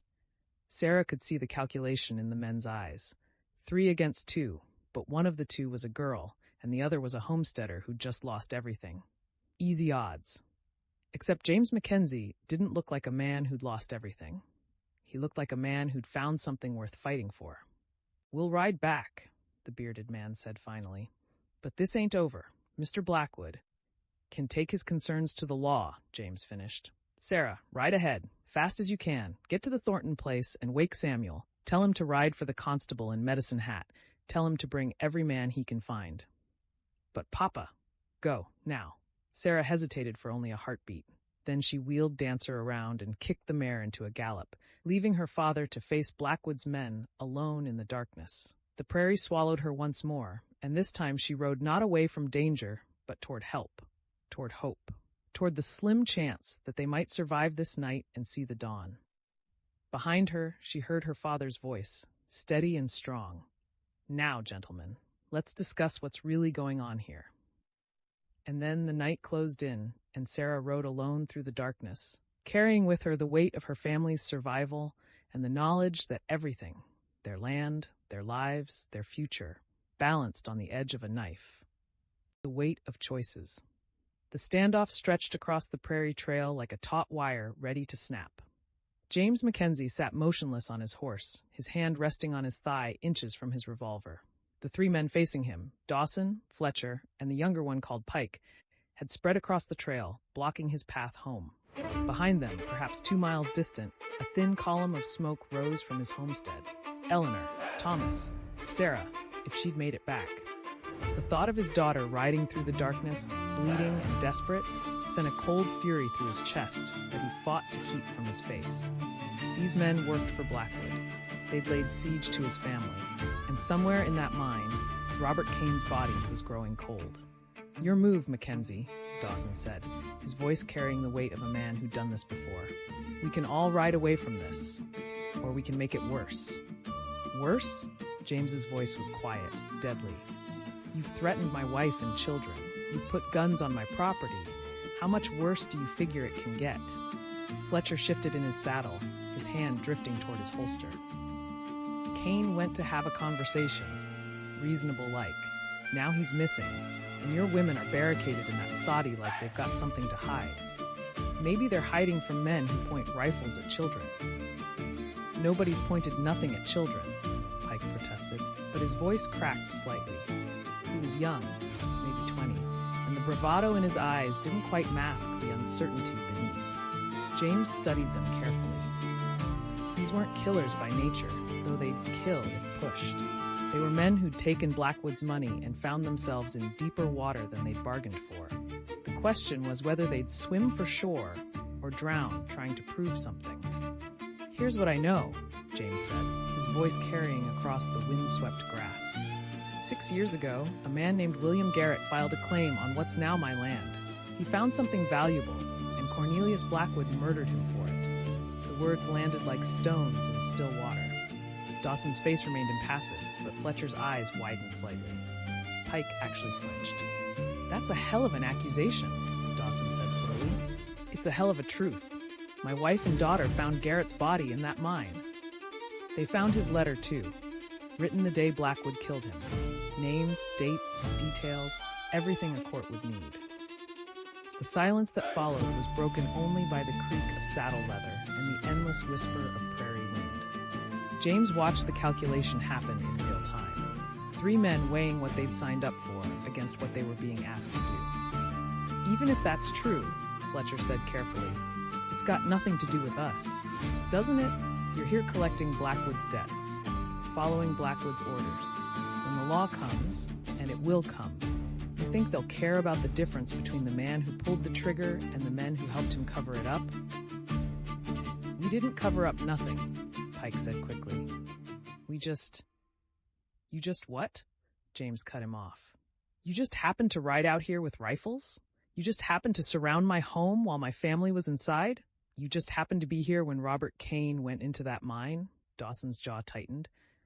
What happened to Kane? I don't know, James said, and it was the truth. But I know my family's been defending themselves against men who work for a murderer. So whatever happened, I'd say it was self-defense. The words hung in the air like gun smoke. James could see the moment when the situation shifted, when these 3 men realized they were standing on the wrong side of a line they couldn't uncross. This is bigger than us, Dawson said finally. Bigger than you, too. Blackwood's got friends, resources. You think one letter's going to bring him down? I think the truth has a way of coming out. Question is whether you want to be standing with him when it does. Fletcher glanced at Dawson, then back at James. What are you proposing? Right away. Right now. Don't come back. When the law asks, you tell them you worked for Blackwood, but you didn't know about Garrett. You didn't know about the murder. You were just hired hands who quit when things got ugly. And if we don't? Pike asked, though his voice suggested he already knew the answer. Then we settle this here, 3 against 1. Maybe you win. Probably you do. But I guarantee one of you doesn't ride away, and the other 2 spend the rest of their lives looking over their shoulders, wondering when the law catches up. James's hand remained steady near his revolver. He'd been a farmer for 3 years, but before that he'd been a lot of things. He'd seen the elephant, as the old soldiers said. These men could see it in his eyes. Dawson was the first to move, easing his horse sideways off the trail. This ain't worth dying for, he said quietly. Whatever Blackwood's paying, it ain't worth this. Fletcher hesitated, then followed. Pike looked between them, young face torn between pride and survival, before finally wheeling his horse around. You tell Blackwood, Dawson called back, that we're done. He wants to fight his wars. He can find other men to do it. James watched them ride east toward Medicine Hat until they were small figures against the vast horizon. Only then did he allow himself to breathe, to feel the tremor in his hands, to acknowledge how close he'd come to dying on this dusty trail. But there was no time to dwell on it. He kicked his horse into a gallop toward home. Sarah pushed Dancer harder than she'd ever pushed her before, the mare's hooves pounding across the prairie in the growing light. Every muscle in her body screamed protest. The desperate climb from the mine, the frantic digging through the soddy wall, the ride to warn her father, and now this. But the Thornton homestead was only another mile, and her family's survival might depend on reaching it. The sun was fully risen now, painting the grasslands in shades of gold and amber. In other circumstances, it would have been beautiful. Now it only meant that Blackwood's men could see her coming from a mile away. She crested a low rise and saw the Thornton claim spread before her. A larger soddy than the Mackenzies, a proper barn, fields that showed the progress of 4 years instead of 3. Samuel Thornton had arrived in 1880, one of the first wave of homesteaders, and it showed in the established look of his operation. Smoke rose from the chimney. Someone was home. Sarah urged Dancer down the slope, her voice hoarse from calling out as she approached. Mr. Thornton! Mrs. Thornton! The door opened before she reached the yard. Samuel Thornton emerged, a tall man with iron-gray hair and the weathered face of someone who'd spent decades working the land. His wife Margaret appeared behind him, wiping her hands on her apron. Sarah Mackenzie? Samuel's eyes widened at her appearance. Clothes torn and dirt-stained, hands wrapped in makeshift bandages, face pale with exhaustion. Good Lord, girl, what's happened? Sarah half fell from the saddle, her legs nearly buckling as her feet hit the ground. Margaret rushed forward to steady her. "It's Cornelius Blackwood," Sarah gasped out. "He murdered a man 6 years ago for a mine on our property. His men have been trying to kill us. Daniel's at our homestead now, helping Ma and Thomas, but there were 3 others, and Pa's riding into it, and—" "Slow down," Samuel said firmly, his hands on her shoulders. "Start from the beginning." The words tumbled out. The Henderson letters, the mine discovery, William Garrett's skeleton and his final testimony, Robert Kane's attack, the siege, her desperate ride to warn her father. Samuel and Margaret listened with growing horror. "Daniel's there alone with your mother?" Margaret's face had gone pale. "Samuel, we have to." "I know." Samuel was already moving toward the barn. "Margaret, ride to the Olsons and the Carmichaels. Tell them what's happening. Tell them we need every able-bodied man at the Mackenzie place within the hour." "I'm coming with you," Sarah said, though her body swayed with the effort of standing. "No, you're not," Margaret said firmly. "You can barely stand, and that horse is done for. You'll rest here while we handle this." "It's my family, and we're your neighbors." Samuel's voice was hard but not unkind. "That's what it means out here, Sarah. When one family's in trouble, we all are. You've done your part, more than your part. Now let us do ours." He disappeared into the barn, emerging moments later leading his big roan gelding. "Margaret, get word out. I'm riding to the Mackenzie place now. If James is on his way back, I'll meet him on the trail." "Be careful," Margaret said, and there was a lifetime of prairie partnership in those 2 words. Samuel mounted in one smooth motion despite his years. He looked down at Sarah, and something in his weathered face softened. "Your father's a good man, Sarah, and you're your mother's daughter, that's for certain. We won't let Blackwood take what's yours." Then he was gone, riding hard toward the Mackenzie homestead. Margaret put her arm around Sarah's shoulders. "Come inside. I'll tend those hands and get some food in you. Then I'll ride out to gather the others. We've dealt with land grabbers before, and we'll deal with them again." As Sarah let herself be led inside, she felt something shift inside her chest. For 3 years, her family had struggled alone. Proud, isolated, determined to prove they could make it without help. But the prairie didn't work that way. Out here, survival was a collective effort. And now, finally, they were learning that lesson. She just hoped they'd learned it in time. Eleanor Mackenzie stood at the Saudis' small window, rifle in hand, watching the empty prairie beyond. Daniel was at the other window, his borrowed gun resting on the sill. Between them, Thomas sat on his bedroll, knees drawn to his chest, trying to be brave. The morning had stretched into an eternity of waiting. Sarah should have reached James by now, should have warned him, turned him back, brought him home safely. But there was no way to know, no way to be certain her daughter hadn't been caught, hadn't been hurt, hadn't. Eleanor forced the thought away. Sarah was strong. Sarah was smart. Sarah would survive because she had to, because the alternative was unthinkable. "Movement," Daniel said sharply. Eleanor's heart lurched. She pressed closer to the window, squinting against the morning glare. A single rider coming from the west, not from town, not James. "It's your husband," Daniel said, relief evident in his voice. "I recognize the horse." Eleanor's knees nearly buckled. James, alive, coming home. She watched as he approached, saw him scanning the property, saw the moment he registered the absence of Blackwood's men. He dismounted in the yard, and Eleanor was already pulling the heavy beam from the door. They met in the doorway, and for a moment, Eleanor couldn't speak. She just looked at him, dusty from the trail, exhausted from Medicine Hat, but alive and whole and here.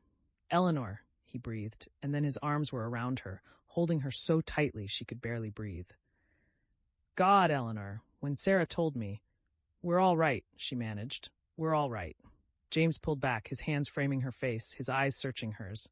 Then he looked past her to where Thomas stood in the doorway, and he was moving again, pulling his son into a fierce embrace. "Pa," Thomas said, his voice breaking. "Pa, there were men with guns, and Ma and Sarah went in the mine, and—" "I know, son, I know." James held him close. "It's going to be all right now." Daniel had stepped outside, giving them space. James met his eyes over Thomas's head. "Daniel Thornton, Sarah told me what you did, how you stayed." "Wasn't going to leave them alone," Daniel said simply. "I won't forget it." James's voice carried the weight of a debt that could never be fully repaid. Eleanor touched James's arm. "The men who were here. I met them on the trail. They're gone, headed back to Medicine Hat." He looked at her, and she saw the hardness in his eyes. "But Blackwood's still out there, and he knows we have evidence that could hang him." "Then we need to get that evidence to the law," Eleanor said. "Today, before he can act." "Samuel Thornton's coming," Daniel said from the doorway. "I see him on the northern trail." They turned to watch as the older homesteader approached, his horse lathered from hard riding. He dismounted quickly, his face grave. "James, Eleanor, thank God you're all right." He looked around the property, taking in the signs of siege, the disturbed earth where Sarah had dug through the wall, the scattered belongings. "Sarah made it to our place, told us everything. Margaret's gathering the neighbors now." James started, but the older man held up a hand. "No thanks needed. This is what we do." He paused, his expression hardening. "But we need to talk about what comes next. Blackwood's not going to let this go. A man like that backed into a corner? He's dangerous." "I know," James said quietly, "which is why I need to ride to Medicine Hat." "Get the law involved before." "Before he gets to the law first?" Samuel shook his head. "James, Blackwood's been in Medicine Hat for 6 years. He's got friends, influence. You ride in there with accusations of murder. Who do you think they'll believe? A struggling homesteader who's about to lose his claim, or a respected businessman with money and connections?" The words landed like blows. Eleanor felt her chest tighten. "Then what do we do?" "We make sure the truth can't be buried," Samuel said. "We get that evidence to someone who can't be bought, someone outside Blackwood's reach." "Who?" James asked. "Fort Walsh, the Northwest Mounted Police." Samuel's eyes were hard. "They answer to Ottawa, not to local money. And they've got jurisdiction over major crimes. Murder qualifies." "That's 3 days' ride," Daniel said. 2 if you push hard and know the trails." Samuel looked at James. "I'll go with you." 2 men traveling fast, changing horses at friendly homesteads along the way. We can make it in 48 hours. "And leave Eleanor and Thomas here?" James shook his head. "If Blackwood comes—" "He won't find them alone," Samuel said firmly. "Margaret's bringing the Olsons, the Carmichaels, the Bakers. We'll have a dozen families here by sundown. Blackwood would have to bring an army to get through us." Eleanor looked at her husband and saw the war happening behind his eyes, the need to protect his family fighting against the need to end this threat permanently. She stepped close to him, her voice low. "Go," she said quietly. "Finish this. We'll be safe here with our neighbors." "Eleanor, I've defended this homestead twice now. I can do it again if I have to." She held his gaze. "But I'd rather not have to. I'd rather you end this so our family can finally be safe." James looked at her for a long moment, then nodded slowly. "We leave within the hour, as soon as the neighbors arrive." "Good." Samuel clapped him on the shoulder. "Meanwhile, let's see this evidence that's got Blackwood so worried." Eleanor retrieved the oilcloth-wrapped letter from its hiding place beneath the floorboards. She handed it to Samuel, watching as he carefully unfolded the brittle pages and began to read William Garrett's final testimony. His face grew darker with each line. When he finished, he looked up at James. "This is enough, more than enough. The mounted police will have to investigate." "Will they act in time?" Eleanor asked. "Before Blackwood?" "We'll make them act," Samuel said grimly. "One way or another." The sound of hoofbeats drew their attention. More riders were approaching from the south, 3 wagons and half a dozen mounted men. The neighbors were arriving. Eleanor watched as her homestead transformed into something else, a gathering place, a fortress, a community rallying point.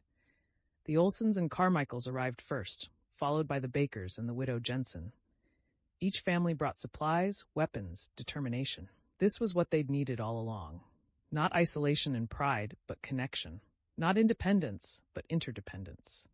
As the sun climbed higher, James and Samuel prepared for their ride to Fort Walsh. Eleanor helped them pack supplies: dried meat, hardtack, canteens of water. The letter was carefully secured in James's saddlebag, wrapped in oilcloth and leather to protect it from the elements. 2 days there, 2 days back, James said, holding Eleanor close one more time. "Maybe 3 if the weather turns, but I'll be back, and this will be over."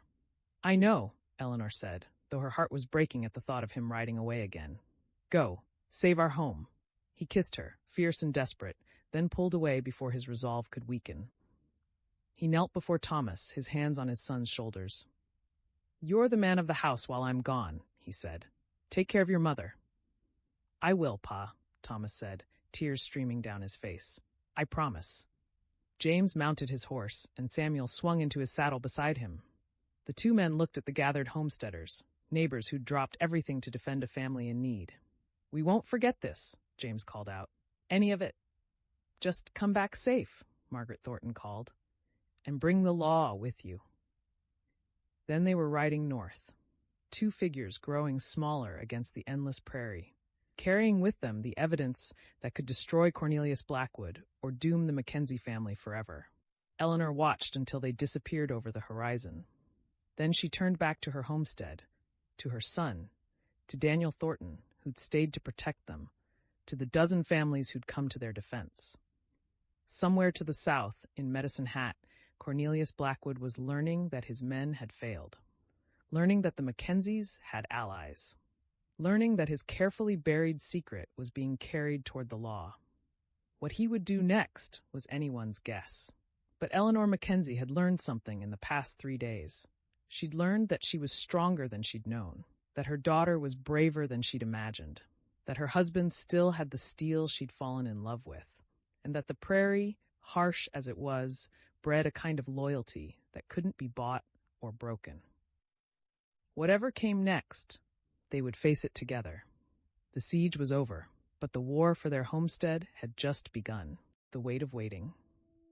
The Thornton homestead sat in a pocket of land where the prairie rolled gently downward, as if the earth itself had decided to cradle this small claim against the harshness of the open plains. Sarah Mackenzie stood at the window of the spare bedroom, her left hand pressed against the frame for balance, watching the afternoon sun paint long shadows across the yard. 3 days had passed since she'd ridden through the night to save her father. 3 days since the world had tilted on its axis and shown her a version of herself she hadn't known existed. Behind her, Martha Thornton moved quietly about the room, folding clean linens with the practiced efficiency of a woman who'd raised 4 children on the frontier. She was a sturdy woman in her late 40s, with hands that spoke of decades of hard work and eyes that missed little. "You should be resting," Martha said, not for the first time that day. "I've been resting for 3 days," Sarah replied, though she didn't turn from the window. Her ribs still ached with every breath, a reminder of the fall from her horse when exhaustion had finally claimed her. The doctor from Medicine Hat, summoned by Samuel before he'd left with James, had pronounced her fortunate. Bruised ribs, scraped palms, a twisted ankle. Nothing broken, nothing that wouldn't heal. "I should be home with Mother and Thomas." "Your mother has half the district keeping watch over that homestead," Martha said firmly. "The Johnsons, the Reeds, the Peterson brothers, Daniel and Mary, they're safer than they've been since you arrived in Alberta. What they don't need is you riding back before you can sit a horse without wincing." Sarah finally turned, managing a weak smile. "You sound like Daniel." Something flickered across Martha's face. Amusement, perhaps, or knowing. "My son has good sense when it comes to most things. Though I'll admit, I've never seen him quite so focused as he's been these past days." Heat crept up Sarah's neck. She'd been aware of Daniel's presence constantly since she'd arrived. The way he'd carried her inside when Samuel brought her back. The way he'd sat outside her door that first night as if standing guard. The way his eyes found hers whenever they were in the same room. The way her heart responded to his attention, even through the fog of pain and worry. "He's been very kind," Sarah said carefully. "Kind." Martha set down the linens and crossed to where Sarah stood. "Child, my Daniel looks at you the way his father looked at me 30 years ago, when I was a schoolteacher in Ontario, and he was a farmer's son with more dreams than money. That's not kindness, that's something altogether different." Sarah's breath caught. She felt it, of course. The shift in how Daniel spoke to her, the weight of his concern, the way his hand had lingered on hers when he'd helped her to the table that morning. But hearing it spoken aloud made it real, made it something she had to acknowledge. "I don't know what to do with that," she admitted quietly. "Everything is so uncertain.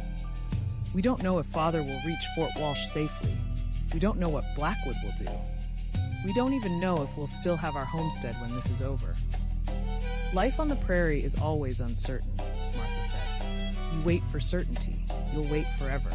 Sometimes you just have to trust that the ground will hold when you take the next step. Before Sarah could respond, the sound of hoofbeats drew both women's attention back to the window. A single rider approached from the east, moving at a steady pace that suggested neither urgency nor leisure. As the figure drew closer, Sarah recognized Peter Reed, one of the neighbors who'd answered her call for help. "Something's happened," Sarah said, already moving toward the door despite the protest from her ankle. Martha caught her arm. "Let me go first. You stay here." But Sarah followed anyway, limping down the narrow stairs to the main room, where Daniel was already opening the door. He'd been repairing a harness at the kitchen table, but the leather strips lay forgotten as he stepped outside to meet Reed. Peter Reed was a lean man in his 30s, with the weathered face of someone who'd spent too many seasons fighting the prairie sun. He dismounted with the easy grace of someone who'd been born in the saddle, removing his hat as he approached. "Daniel, Mrs. Thornton." His eyes found Sarah in the doorway. "Miss Mackenzie, glad to see you on your feet." "What's happened?" Daniel asked, his voice tight. Reed glanced between them, weighing his words. "Blackwood's left Medicine Hat. Pulled out yesterday morning with 2 of his men. Not the ones who were watching your place, Miss Mackenzie. Different men. Harder looking, if you take my meaning." Sarah's stomach dropped. "Where did he go?" "That's the question, isn't it?" Reed shifted his weight. "Frank Johnson rode into town this morning for supplies. Bartender at the Royal told him Blackwood settled all his accounts, packed up his office, and rode out before dawn. Didn't say where he was going, but he was headed northwest." Northwest, toward Fort Walsh, toward James and Samuel. Daniel's jaw tightened. "How long does he have on them?" "Half a day, maybe less. Your father and James Mackenzie had a good head start, and they're traveling light. But Blackwood knows the territory, and if he's got men with him who know how to track..." Reed didn't need to finish the sentence. "We have to warn them," Sarah said, stepping fully outside despite the sharp pain in her ankle. "If Blackwood catches them on the trail..." "You're not riding anywhere," Daniel said firmly, then seemed to catch himself. His voice softened.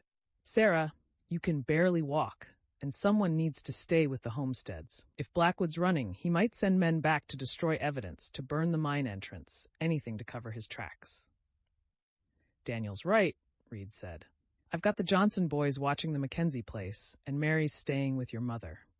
But we're spread thin. If Blackwood's desperate enough to run, he's desperate enough to do something stupid." Sarah wanted to argue, wanted to demand a horse and ride out immediately, but her body betrayed her. Even standing here, her ankle throbbed with each heartbeat, and the thought of mounting a horse made her ribs ache in anticipation. She'd pushed herself to the breaking point once already. She couldn't do it again, not without risking permanent injury. "Then what do we do?" she asked, hating the helplessness in her voice. Daniel exchanged a look with Reed, some unspoken communication passing between them. "I'll ride out," Daniel said. "I can make better time alone than Blackwood can with 2 men. If I push hard, I might catch up to Father and James before Blackwood does." "That's a fool's errand," Martha said from the doorway, her voice sharp with maternal concern. "You don't know the trail to Fort Walsh half as well as Samuel does, and you'll kill your horse trying to make up that distance." "Then what would you have me do?" Daniel turned to face his mother, and Sarah saw the same determination in his eyes that she'd felt burning in her own chest 3 nights ago. "Let Blackwood ambush them? Let him kill 2 good men because we sat here and did nothing?" The silence that followed was heavy with the weight of impossible choices. Sarah understood it intimately. The calculation of risks, the knowledge that action and inaction both carried terrible costs. "There might be another way," Reed said slowly. "The mounted police patrol between Medicine Hat and Fort Walsh regular-like. If we can intercept a patrol, tell them what's happening, they could ride ahead with authority behind them. Blackwood might be willing to ambush 2 homesteaders, but he won't take on the Northwest Mounted Police." "That's a lot of ifs," Daniel said. "If we find a patrol, If they believe us, if they reach Father and James in time. It's better odds than you riding alone into country you barely know, Reed countered. And I know the patrol routes. I can find them. Daniel looked at Sarah, and she saw the question in his eyes. He was asking her permission. She realized, not because he needed it, but because her family's fate hung in the balance, and he wanted her to have a voice in the decision. Sarah thought of her father, riding through the prairie with Samuel Thornton, carrying William Garrett's letter close to his chest.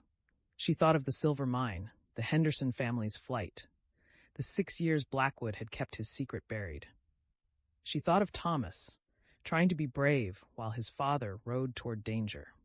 She thought of her mother, holding their homestead together through sheer force of will. And she thought of herself, the girl who dug through a sod wall and ridden through the night because waiting was not an option. Do it, she said. Find the patrol, and Daniel. She paused, searching for words adequate to the moment. Thank you for everything. Something shifted in Daniel's expression, a softening around his eyes that made her breath catch. I'll bring them home safe, he said. I promise. Reed nodded. I'll get fresh horses. We leave in an hour. As the two men moved to prepare for the journey, Martha came to stand beside Sarah. They watched in silence as Daniel crossed the yard to the barn, his movements purposeful and sure. That boy's in love with you, Martha said quietly. You know that, don't you? Sarah did know. She'd known since the moment he'd looked at her across the Mackenzie homestead, surrounded by neighbors who'd come because she'd asked and said, You saved them all. She'd known since he'd carried her inside his family's home and stayed by her door like a sentinel. She'd known since this morning, when he'd helped her down the stairs, and she'd felt the careful tenderness in his hands. I know, she whispered. And how do you feel about that? Sarah watched Daniel emerge from the barn leading his horse, watched him check the saddle with practiced efficiency, watched him pause to look back at the house, at her, before continuing his preparations. Her heart answered before her mind could catch up. I feel like the ground might hold, she said. Martha smiled, a knowing expression that spoke of her own youth, her own leap of faith. Then tell him so. When he comes back, tell him so. If he comes back, Sarah said, the fear she'd been holding at bay finally breaking through. He'll come back, Martha said firmly, and so will your father. You Mackenzies are survivors. I saw that the moment Samuel told me about your ride. And my Daniel's got every reason in the world to make sure he keeps his promise to you. An hour later, Sarah stood in the yard, leaning heavily on a walking stick Martha had found for her, watching as Daniel and Peter Reed prepared to leave. The afternoon sun was beginning its descent toward the western horizon, painting the prairie in shades of gold and amber. In the distance, she could see the dark smudge of smoke from the Mackenzie homestead, her mother keeping the fire going, keeping their claim alive. Daniel approached her, leading his horse. Up close, she could see the determination in his face, but also something else. Uncertainty, perhaps, or hope. I'll find them, he said, whatever it takes. I know you will. Sarah reached out, her hand finding his fingers closed around hers, warm and solid and real. Daniel, she stopped, the words catching in her throat. There was so much she wanted to say, so much she'd been holding back because the world had been ending and there'd been no room for anything but survival. But now, with him about to ride away, possibly into danger, possibly toward Blackwood's desperation, she found she couldn't let him go without saying something. When you come back, she said instead, we need to talk about everything. His eyes searched hers, and she saw hope kindle there, bright and fierce. I'd like that, he said quietly. I'd like that very much. He squeezed her hand once more, then mounted his horse in one smooth motion. Reed was already in the saddle, waiting. The two men exchanged a nod, then turned their horses toward the trail. Sarah watched them ride away, two figures growing smaller against the vast expanse of prairie, carrying her hopes and fears with them. The sun continued its descent, and somewhere to the northwest, her father rode toward Fort Walsh, unaware that Cornelius Blackwood was hunting him. Martha came to stand beside her, one hand resting gently on Sarah's shoulder. Now we wait, the older woman said. I hate waiting, Sarah replied. I know, child, but sometimes waiting is the hardest work of all. As the sun touched the horizon, painting the sky in shades of crimson and purple, Sarah thought of all the threads that bound her life together: family, land, survival, and now something new, something fragile and precious that might grow into love if they could all just survive long enough to let it. The prairie wind picked up, carrying the scent of sage and dust and the promise of rain that might never come. Somewhere in the gathering darkness, men rode toward collision. Justice and vengeance, law and desperation, all converging on the trail to Fort Walsh. And Sarah Mackenzie, who had learned she was capable of extraordinary things, stood in a borrowed yard and did the hardest thing of all. She waited. The convergence. The prairie stretched endlessly before them, a sea of grass rippling under the relentless wind. James Mackenzie shifted in his saddle, his shoulders aching from 2 days of hard riding. Beside him, Samuel Thornton maintained a steady pace, his weathered face set in concentration as he scanned the horizon. "We're making good time," Samuel said, though his tone carried no satisfaction. "Should reach Fort Walsh by tomorrow evening if we keep this pace." James nodded, his hand unconsciously moving to the leather satchel secured across his chest. William Garrett's letter rested inside, protected by oilcloth, evidence that could destroy Cornelius Blackwood and secure the Mackenzie claim forever. If they reach the mounted police in time. "You think he's following?" James asked, voicing the question that had haunted him since they'd left Medicine Hat. Samuel was quiet for a moment, his eyes still sweeping the landscape. "If he knows what we're carrying, he'd be a fool not to, and Blackwood's many things, but he's no fool." The wind carried the scent of sage and dust. Above them, a hawk circled lazily, riding the thermals. The vast emptiness of the prairie could be deceptive. It felt like they were alone in the world, but James knew better now. Danger could hide in the coulees, behind the scattered stands of poplar, in the shimmering heat that distorted distance. "We'll take turns keeping watch tonight," Samuel continued. "No fire, cold camp." James thought of Eleanor and Thomas back at the homestead, surrounded by neighbors, but still vulnerable. He thought of Sarah, recovering at the Thornton place, her promise to stay safe weighing on his conscience. He'd failed to protect them from this threat, had been so focused on saving the land that he hadn't seen the danger until it was too late. "I should have known," he said quietly. "Should have questioned why Blackwood was so interested in failed homesteads." Samuel glanced at him. "You were doing what any man would do, trying to provide for your family. Can't blame yourself for another man's evil." But James did blame himself.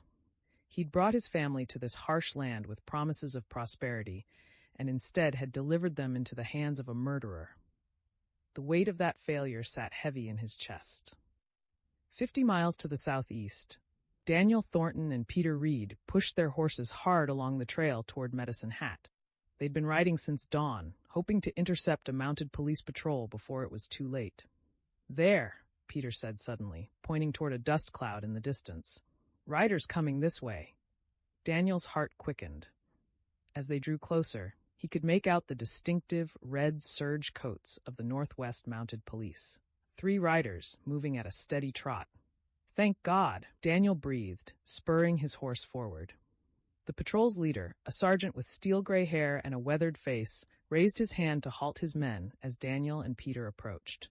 His eyes assessed them quickly. 2 young homesteaders, their horses lathered with sweat, urgency written in every line of their bodies. "Sergeant William Morrison," the officer introduced himself. "What's the emergency?" Daniel fought to catch his breath. "We need your help. There's a man named Cornelius Blackwood. He's pursuing 2 homesteaders who are carrying evidence of murder. They're heading to Fort Walsh, but Blackwood left Medicine Hat 2 days ago with hired guns. He's going to try to stop them." Morrison's expression hardened. Blackwood. "We've had questions about him. Land speculation, intimidation of homesteaders. But murder? 6 years ago, he killed a miner named William Garrett," Peter explained quickly. "Took over a silver mine on what's now the Mackenzie claim. The Mackenzies found evidence, a letter from Garrett describing everything. James Mackenzie and Samuel Thornton are taking it to Fort Walsh. And Blackwood knows they have this evidence?" "He knows," Daniel confirmed. "He's desperate, Sergeant. He's abandoned everything in Medicine Hat. We think he's planning to ambush them before they reach the fort." Morrison exchanged glances with his men, then nodded decisively. Show us the route they'd be taking. Daniel's mind raced through the geography. The most direct path to Fort Walsh from the Mackenzie homestead goes northwest, following 40 Mile Creek for water. There's rough country about 30 miles out, coulees and ravines where someone could set an ambush. How much of a head start do your friends have? Half a day when they left, but Blackwood might have fresher horses, and he knows this country better than most. Morrison turned to his men. We ride hard. If Blackwood's planning an ambush in that rough country, we need to get there first. He looked back at Daniel and Peter. You two have done well. Head back to your families. With respect, Sergeant, I'm coming with you, Daniel said firmly. I promised someone I'd bring her father home safe. Morrison studied him for a long moment, then nodded. Mount up, then. We've got ground to cover. As they rode northwest, Daniel thought of Sarah, her gray eyes meeting his, the way she'd looked at him when he'd promised to help. He'd made her a vow, and he intended to keep it. At the Mackenzie homestead, Eleanor stood in the doorway of the soddy, watching the sun sink toward the western horizon. The Olsons had returned to their own claim that morning, but the Reeds and another family, the Campbells, remained. Their presence was both comfort and reminder of how drastically their situation had changed. Mama? Thomas appeared at her elbow, his young face still carrying shadows of fear. When will Papa be back? A few more days, sweetheart, Eleanor said, resting her hand on his shoulder. He and Mr. Thornton will bring the police, and then everything will be settled. She wished she felt as confident as she sounded. 3 days had passed since James left, and every hour stretched like a week. She kept herself busy, cooking for their guests, tending the garden, maintaining the routines that gave structure to anxiety. But beneath it all, fear gnawed at her. Mary Campbell approached from the garden, carrying a basket of beans. Eleanor, you should rest. You've been on your feet since dawn. I'm fine, Eleanor said automatically, then caught herself. She'd spent so long refusing help, maintaining the fiction that the Mackenzies could handle everything alone. That pride had nearly cost them everything. Actually, thank you. I could use a moment to sit. Mary smiled, understanding in her eyes. Go on, I'll start supper. Eleanor walked to the well, drawing up a bucket of cool water. As she drank from the ladle, she allowed herself to feel the weight of exhaustion. The siege, the fear, the constant vigilance, it had all taken its toll. But they'd survived. More than that, they'd discovered something precious. They weren't alone. The isolation that had defined their first 3 years on the prairie had been an illusion, maintained by pride and stubbornness. Their neighbors had come when called, had stood with them against violence and greed. She thought of Sarah at the Thornton homestead, healing from her injuries. Her daughter had grown so much in these past weeks, from a restless girl dreaming of escape to a young woman who'd risked everything to save her family. Eleanor felt a pang of guilt for not seeing it sooner, for not recognizing Sarah's strength and capability. Mrs. Mackenzie, John Reed's voice cut through her thoughts. He was pointing east toward a dust cloud on the horizon. Riders coming! Eleanor's heart seized. Too soon for James to be returning. She set down the ladle and walked quickly toward the house, where the rifle still rested against the doorframe. The men gathered, watching the approaching riders. As they drew closer, Eleanor could make out 4 figures. Not Blackwood's men. The lead rider wore a red coat. Mounted police, John Reed said, relief evident in his voice. But Eleanor's relief was tempered by confusion. Why were they here instead of at Fort Walsh? Had something happened to James? The patrol rode into the yard, and the sergeant dismounted, removing his hat respectfully. Mrs. Mackenzie? I'm Sergeant Morrison. We're looking for your husband and Samuel Thornton. We have reason to believe they may be riding into danger. Eleanor's blood ran cold. What kind of danger? Cornelius Blackwood left Medicine Hat 2 days ago with armed men. We believe he's pursuing your husband to prevent evidence from reaching Fort Walsh. We need to know exactly which route they took. Thomas pressed against Eleanor's side, and she wrapped her arm around him protectively. They followed 40 Mile Creek northwest. Samuel knows the country. He said it was the fastest route with reliable water. Morrison nodded grimly. That's what we thought. There's rough country about 30 miles out, perfect place for an ambush. We're riding to intercept them. I'm coming with you, Eleanor said suddenly. The sergeant shook his head. Ma'am, with respect. That's my husband out there, Eleanor interrupted, her voice steel. And I'm the one who found the evidence that started all this. I'm coming. Morrison studied her, this prairie woman who'd survived a siege, who stood straight-backed despite the fear in her eyes. He saw something in her that reminded him of the land itself. Unyielding, resilient. Can you ride? He asked. Better than most men, Eleanor said. It was true. She'd learned as a girl in Ontario, and the prairie had honed that skill. Mama, no, Thomas cried, clutching her skirt. Eleanor knelt down, taking her son's face in her hands. Thomas, I need you to be brave. Mrs. Campbell will look after you, but I have to go help your father. But what if something happens to you too? Eleanor pulled him close, breathing in the scent of his hair. Nothing's going to happen. The police will keep us safe, and your father needs to know his family is fighting for him, just like he's fighting for us. She stood, looking at Mary Campbell, who nodded, understanding. I'll watch him like my own. 5 minutes later, Eleanor was mounted on their best horse, wearing James's spare coat against the evening chill. As they rode out, she looked back once at the homestead, the soddy that had sheltered them, the fields they'd worked so hard to cultivate, the land they'd nearly died defending. Then she turned her face northwest, toward the rough country where her husband rode unknowing into danger, and pressed her heels to the horse's flanks. The sun was setting, painting the prairie in shades of gold and crimson. Somewhere ahead, in the gathering darkness, 3 separate parties were converging on the same stretch of wild country, and only one of them knew what was coming. James and Samuel made camp in a shallow coulee as twilight deepened into night. They'd traveled far off the trail, choosing concealment over convenience. No fire, as Samuel had promised, just cold jerky and water from their canteens. Get some sleep, Samuel said quietly. I'll take first watch. James lay back on his bedroll, staring up at the stars beginning to emerge in the darkening sky. The vastness above mirrored the emptiness around them, beautiful and indifferent to human struggle. He thought of Eleanor's face when he'd left, the mixture of fear and determination. He thought of Thomas, trying so hard to be brave, and Sarah, who'd started all this by finding those letters, who'd nearly died in that mine shaft. His family had paid such a high price for this land, and now, carrying evidence that could finally secure their future, he felt the weight of responsibility crushing down on him. If he failed, if Blackwood caught them, everything they'd endured would be for nothing. Samuel, he said quietly into the darkness. Yeah? Thank you for everything. You didn't have to. James, Samuel interrupted gently. Out here, we're all we've got.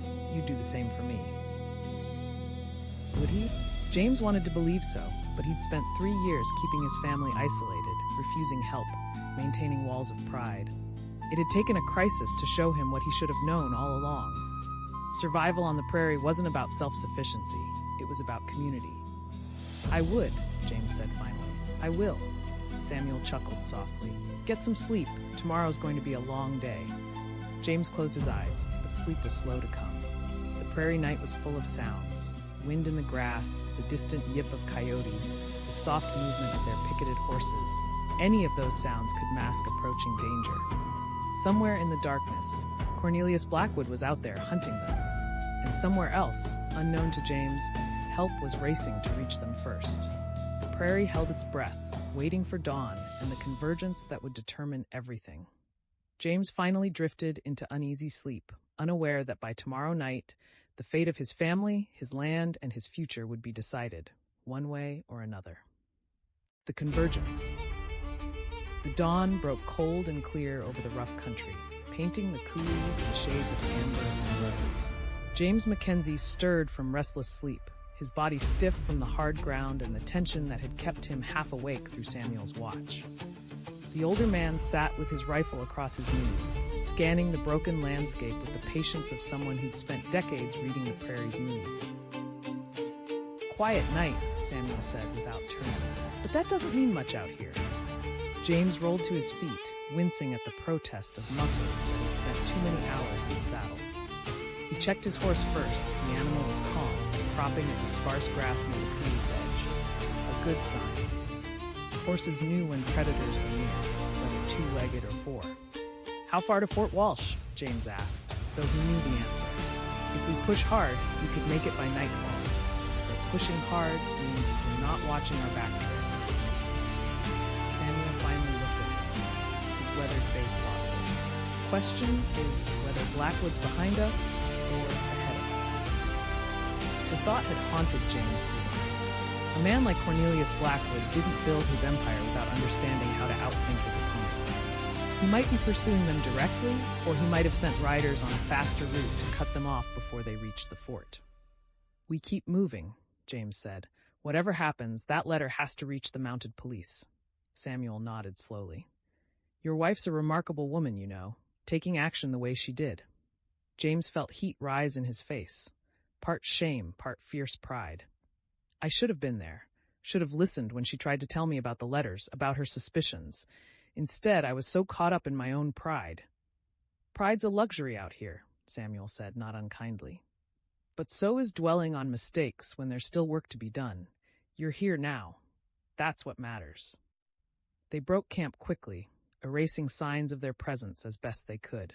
The morning air carried the scent of sage and dust, and somewhere in the distance, a coyote's lonely call echoed through the coulees. James checked the leather pouch at his belt for the 100th time, feeling the crinkle of William Garrett's letter through the worn material. 6 years that man had been dead, his murder covered up, his name forgotten. Not anymore. They rode northwest, keeping to the low ground where possible, using the broken terrain for cover. The rough country was a maze of coulees and ridges, carved by ancient rivers and scoured by wind. It was easy to get lost here, easier still to ride into an ambush if you weren't careful. Around mid-morning, Samuel raised a hand suddenly, bringing them to a halt. He cocked his head, listening with the intensity of a hunting wolf. "Riders," he said quietly, "coming from the east, multiple horses, moving fast." James felt his heart hammer against his ribs. "Blackwood? Can't tell yet. Could be anyone. But out here, this far from the trails." Samuel didn't need to finish the thought. Honest travelers stuck to established routes. Men with dark purposes sought the isolation of the rough country. They dismounted quickly, leading their horses into a narrow draw where the banks would hide them from casual observation. Samuel pulled his rifle from its scabbard, and James did the same. The weapons felt heavy in their hands, weighted with the knowledge that they might have to use them. The sound of hoofbeats grew louder, echoing strangely through the coulees. James counted at least 4 horses, maybe 5. Too many for just Blackwood and a couple of hired guns. His mind raced through possibilities, each worse than the last. Then a voice carried across the broken land, strong and authoritative. "Mr. Mackenzie, James Mackenzie, this is Sergeant Morrison of the Northwest Mounted Police." James and Samuel exchanged startled glances. "The Mounted Police? How could they possibly—" "We're here to help," the voice continued. "We know about Blackwood. We're looking for you. It could be a trap. Blackwood might have men who could mimic authority, who could use the prestige of the mounted police to draw them into the open." But something in the voice rang true, and James found himself moving before caution could stop him. "Samuel, stay here with the horses," he said quietly. If it goes wrong, I'll be right beside you," Samuel interrupted. "We don't split up now." They climbed the bank of the draw together, rifles ready but not raised in obvious threat. What James saw made him stop in his tracks. 5 riders sat their horses on the ridge above, 3 in the distinctive red serge of the Northwest Mounted Police, and 2 civilians. One of the civilians was young Peter Reed, Daniel Thornton's friend. The other, Eleanor? James's voice cracked on his wife's name. She sat her horse with the same determined grace she brought to everything, her face pale but set with fierce resolve. When she saw him, something broke in her expression. Relief and fear and love all tangled together. "James," she breathed, and then she was sliding from her saddle, half running down the slope toward him. He met her halfway, catching her in his arms, rifle forgotten as he held her tight enough to feel her heartbeat against his chest. She was trembling. Or maybe he was. It was impossible to tell where one ended and the other began.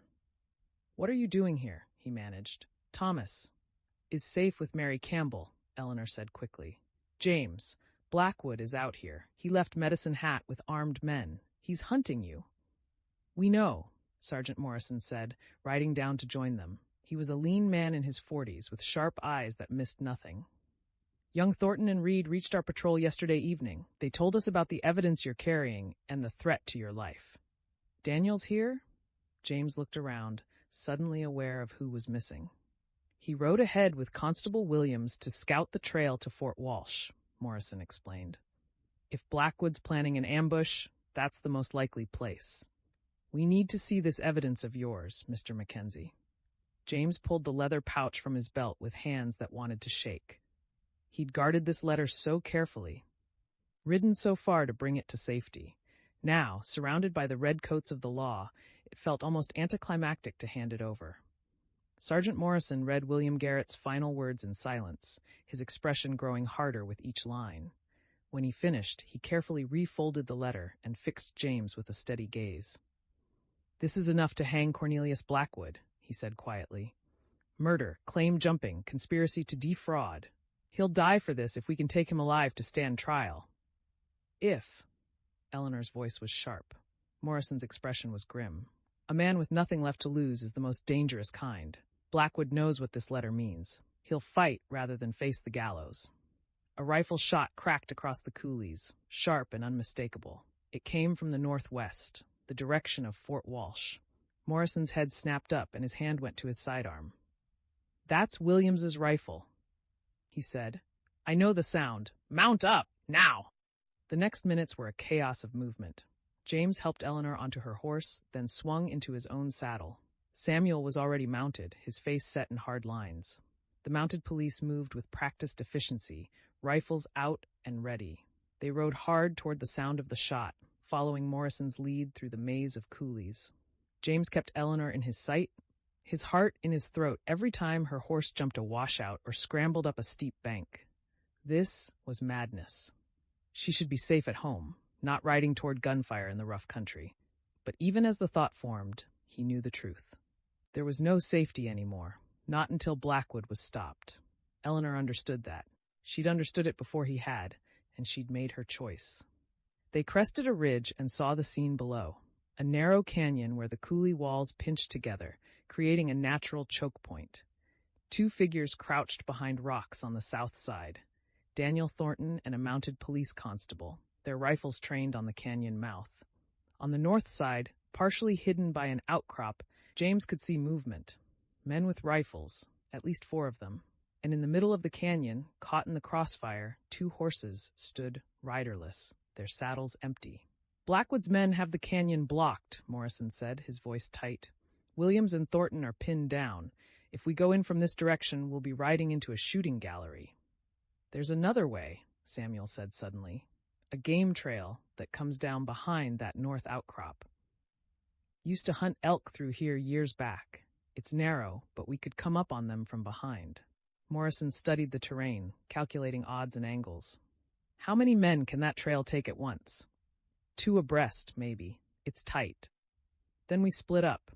Morrison turned to his constables. "Henderson, you and Reed take the high ground on this ridge. Cover the canyon mouth. If anyone tries to retreat this direction, you stop them. Mrs. Mackenzie, you stay here with them." "No." Eleanor's voice cut through the discussion like a blade. "I'm not staying behind while my husband rides into danger." "Ma'am, this is police business. This is my family's business," Eleanor interrupted. "That man down there is trying to kill my husband because we found evidence of his crimes. I have as much right to see this through as anyone." Morrison looked like he wanted to argue, but something in Eleanor's expression stopped him. James had seen that look before. It was the same determination she'd shown when she descended into the mine shaft, the same steel that had kept her standing when Blackwood's men laid siege to their home. "She can shoot," James said quietly. "Better than most men I know."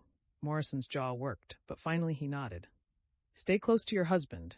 If shooting starts, you take cover and let us handle it. Understood?" Eleanor nodded, and James felt a surge of fear and pride so intense it was almost painful. They'd started this journey alone, isolated by his stubborn independence. Now they would finish it together, surrounded by neighbors and lawmen who'd risked their own safety to help. They left Henderson and Reed on the ridge and followed Samuel down a treacherous path that wound along the coulee's rim. The game trail was as narrow as promised, forcing them to ride single file with the canyon wall on one side and a steep drop on the other. James's horse picked its way carefully, hooves finding purchase on loose shale. Another rifle shot echoed from below, followed by an answering volley. Daniel and the constable were keeping Blackwood's men engaged, but how long could they hold out? How much ammunition did they have? The trail descended sharply, switchbacking down the canyon wall. James could see the north outcrop now, could make out the shapes of men behind it. 4 of them, just as he'd thought. They were focused entirely on the targets to their south, unaware of the approach from above. And then James saw him. Cornelius Blackwood stood slightly apart from his hired guns, his fine clothes dust-covered and disheveled. Even from a distance, James could see the desperation in his posture, the way his hands clenched and unclenched as he watched his men fire into the canyon. Sergeant Morrison raised his hand, bringing the group to a halt. They were perhaps 50 yards above the outcrop now, close enough to hear Blackwood's voice carried on the wind. "Pin them down! I want those 2 dead before." He never finished the sentence. Morrison's voice rang out, amplified by the canyon walls. "Cornelius Blackwood, this is the Northwest Mounted Police. Throw down your weapons and surrender." The effect was instantaneous. Blackwood spun around, his face a mask of shock and rage. His men hesitated, caught between their employer's orders and the authority of the law. For a moment the canyon was frozen in tableau. Lawmen on the trail above, gunmen below, and in the middle, a man whose empire was crumbling around him. Then Blackwood drew his pistol and fired. The bullet spanged off rock near Morrison's head, and the canyon erupted into chaos. Blackwood's men opened fire on the trail, forcing the police and settlers to scramble for cover. James pulled Eleanor from her saddle, dragging her behind a boulder as bullets whined overhead. Samuel was beside them, his rifle already returning fire with methodical precision. From the south side of the canyon, Daniel and Constable Williams added their rifles to the fight, catching Blackwood's men in a crossfire. The hired guns realized their position was untenable. They were surrounded, outgunned, facing the law instead of helpless homesteaders. One of them threw down his rifle and raised his hands. "I'm done. Don't shoot." A second followed suit, then a third. But Blackwood himself kept firing, his face twisted with fury and desperation. He'd built his fortune on fear and violence, and he couldn't accept that it was ending here, in a dusty canyon in the middle of nowhere. "Blackwood!" James found himself shouting, his voice raw. "It's over. The letter's with the police. Everyone knows what you did." For a moment, Blackwood's eyes met his across the canyon. James saw recognition there, and hatred, and the terrible understanding that everything he'd worked for was lost. Then Blackwood turned and ran, scrambling up the north slope toward where the horses were tethered. Sergeant Morrison was already moving, sliding down the trail with reckless speed. James followed without thinking, Eleanor's shout of warning lost in the thunder of his pulse. He couldn't let Blackwood escape, couldn't let this man who'd threatened his family simply ride away into the prairie. Blackwood reached his horse and swung into the saddle, spurring the animal up the slope. Morrison raised his rifle, but the angle was wrong. He'd hit the horse before he hit the rider. James kept running, his own rifle forgotten, driven by something beyond reason. The horse's hooves scrabbled for purchase on the loose shale. It was a good animal, strong and sure-footed, but the slope was steep and the ground treacherous. James saw what was going to happen a heartbeat before it did. The horse's rear legs slipped. The animal tried to recover, but momentum and gravity were against it. Horse and rider went down in a tumbling chaos of dust and screaming horseflesh. Blackwood was thrown clear, rolling down the slope until he fetched up against a boulder with a sickening crack. By the time James reached him, Sergeant Morrison was already there, rifle trained on the fallen man. But there was no need. Blackwood lay crumpled against the rock, his leg bent at an unnatural angle, blood seeping from a gash on his head. His eyes were open but unfocused, his breath coming in shallow gasps. "Garrett," Blackwood whispered, so quietly James almost didn't hear. Told him to leave, wouldn't listen. Then his eyes rolled back, and he was still. Morrison knelt beside him, checking for a pulse. After a moment, he looked up at James and shook his head. He's alive, but barely. Might not make it to Fort Walsh. James stared down at the man who'd haunted his family's nightmares for weeks. Cornelius Blackwood, land speculator and murderer, reduced to broken flesh and failing breath. There should have been satisfaction in it, or triumph, or at least relief. Instead, James felt only a vast emptiness. Eleanor appeared beside him, her hand finding his. She didn't say anything, just stood with him as the mounted police secured Blackwood's surrendered men and tended to their employer's injuries. Daniel Thornton emerged from the south side of the canyon, limping slightly, but alive and whole. Samuel supervised the gathering of weapons with the calm competence of a man who'd seen trouble before and would see it again. The sun was past its zenith now, beginning its long slide toward evening.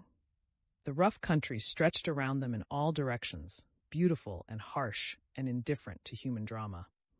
Somewhere to the south, Thomas waited with the neighbors, not knowing if his parents would come home. Somewhere further south, Sarah Mackenzie recovered at the Thornton homestead, unaware that the danger had passed. "Is it over?" Eleanor asked quietly. James pulled her close, breathing in the scent of her hair, dust and sweat, and the faint sweetness of the soap she made from prairie sage. "Yes," he said, "it's over." But even as he said it, he knew it wasn't quite true.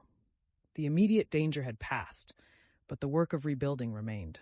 They still had debts to pay, crops to save, a mine to claim properly through legal channels. They had neighbors to thank and relationships to mend. They had a family to put back together after weeks of fear and separation. Most of all, they had to learn how to be a family again, not isolated and struggling, but part of a community that had proven its worth in blood and courage. Sergeant Morrison approached, William Garrett's letter still carefully folded in his hand. "Mr. Mackenzie, we'll need formal statements from you and your wife, and we'll need to examine that mine on your property. If what this letter says is true, Blackwood's estate will have significant liabilities. You might find yourselves in a complicated legal situation." "We'll sort it out," James said. The words came easier now, without the weight of pride and stubbornness that had made them so difficult before. "Whatever it takes, we'll sort it out." Morrison nodded approvingly. "I believe you will. In the meantime, let's get everyone back to Medicine Hat. We've got a long ride ahead, and I want Blackwood in a cell before he has a chance to die on us. Man like that deserves to face a judge." They gathered the horses and began the slow journey back toward civilization. James rode beside Eleanor, their stirrups occasionally touching as the trail narrowed. Behind them, Daniel Thornton kept pace with Samuel, the younger man asking quiet questions about the land and the seasons. The mounted police rode with their prisoners in the middle of the column, professional and alert. As the sun touched the horizon, painting the prairie in shades of gold and crimson, James looked back one last time at the canyon where it had ended. The rough country would keep its secrets, the struggle and fear, the gunfire and blood. The prairie always did.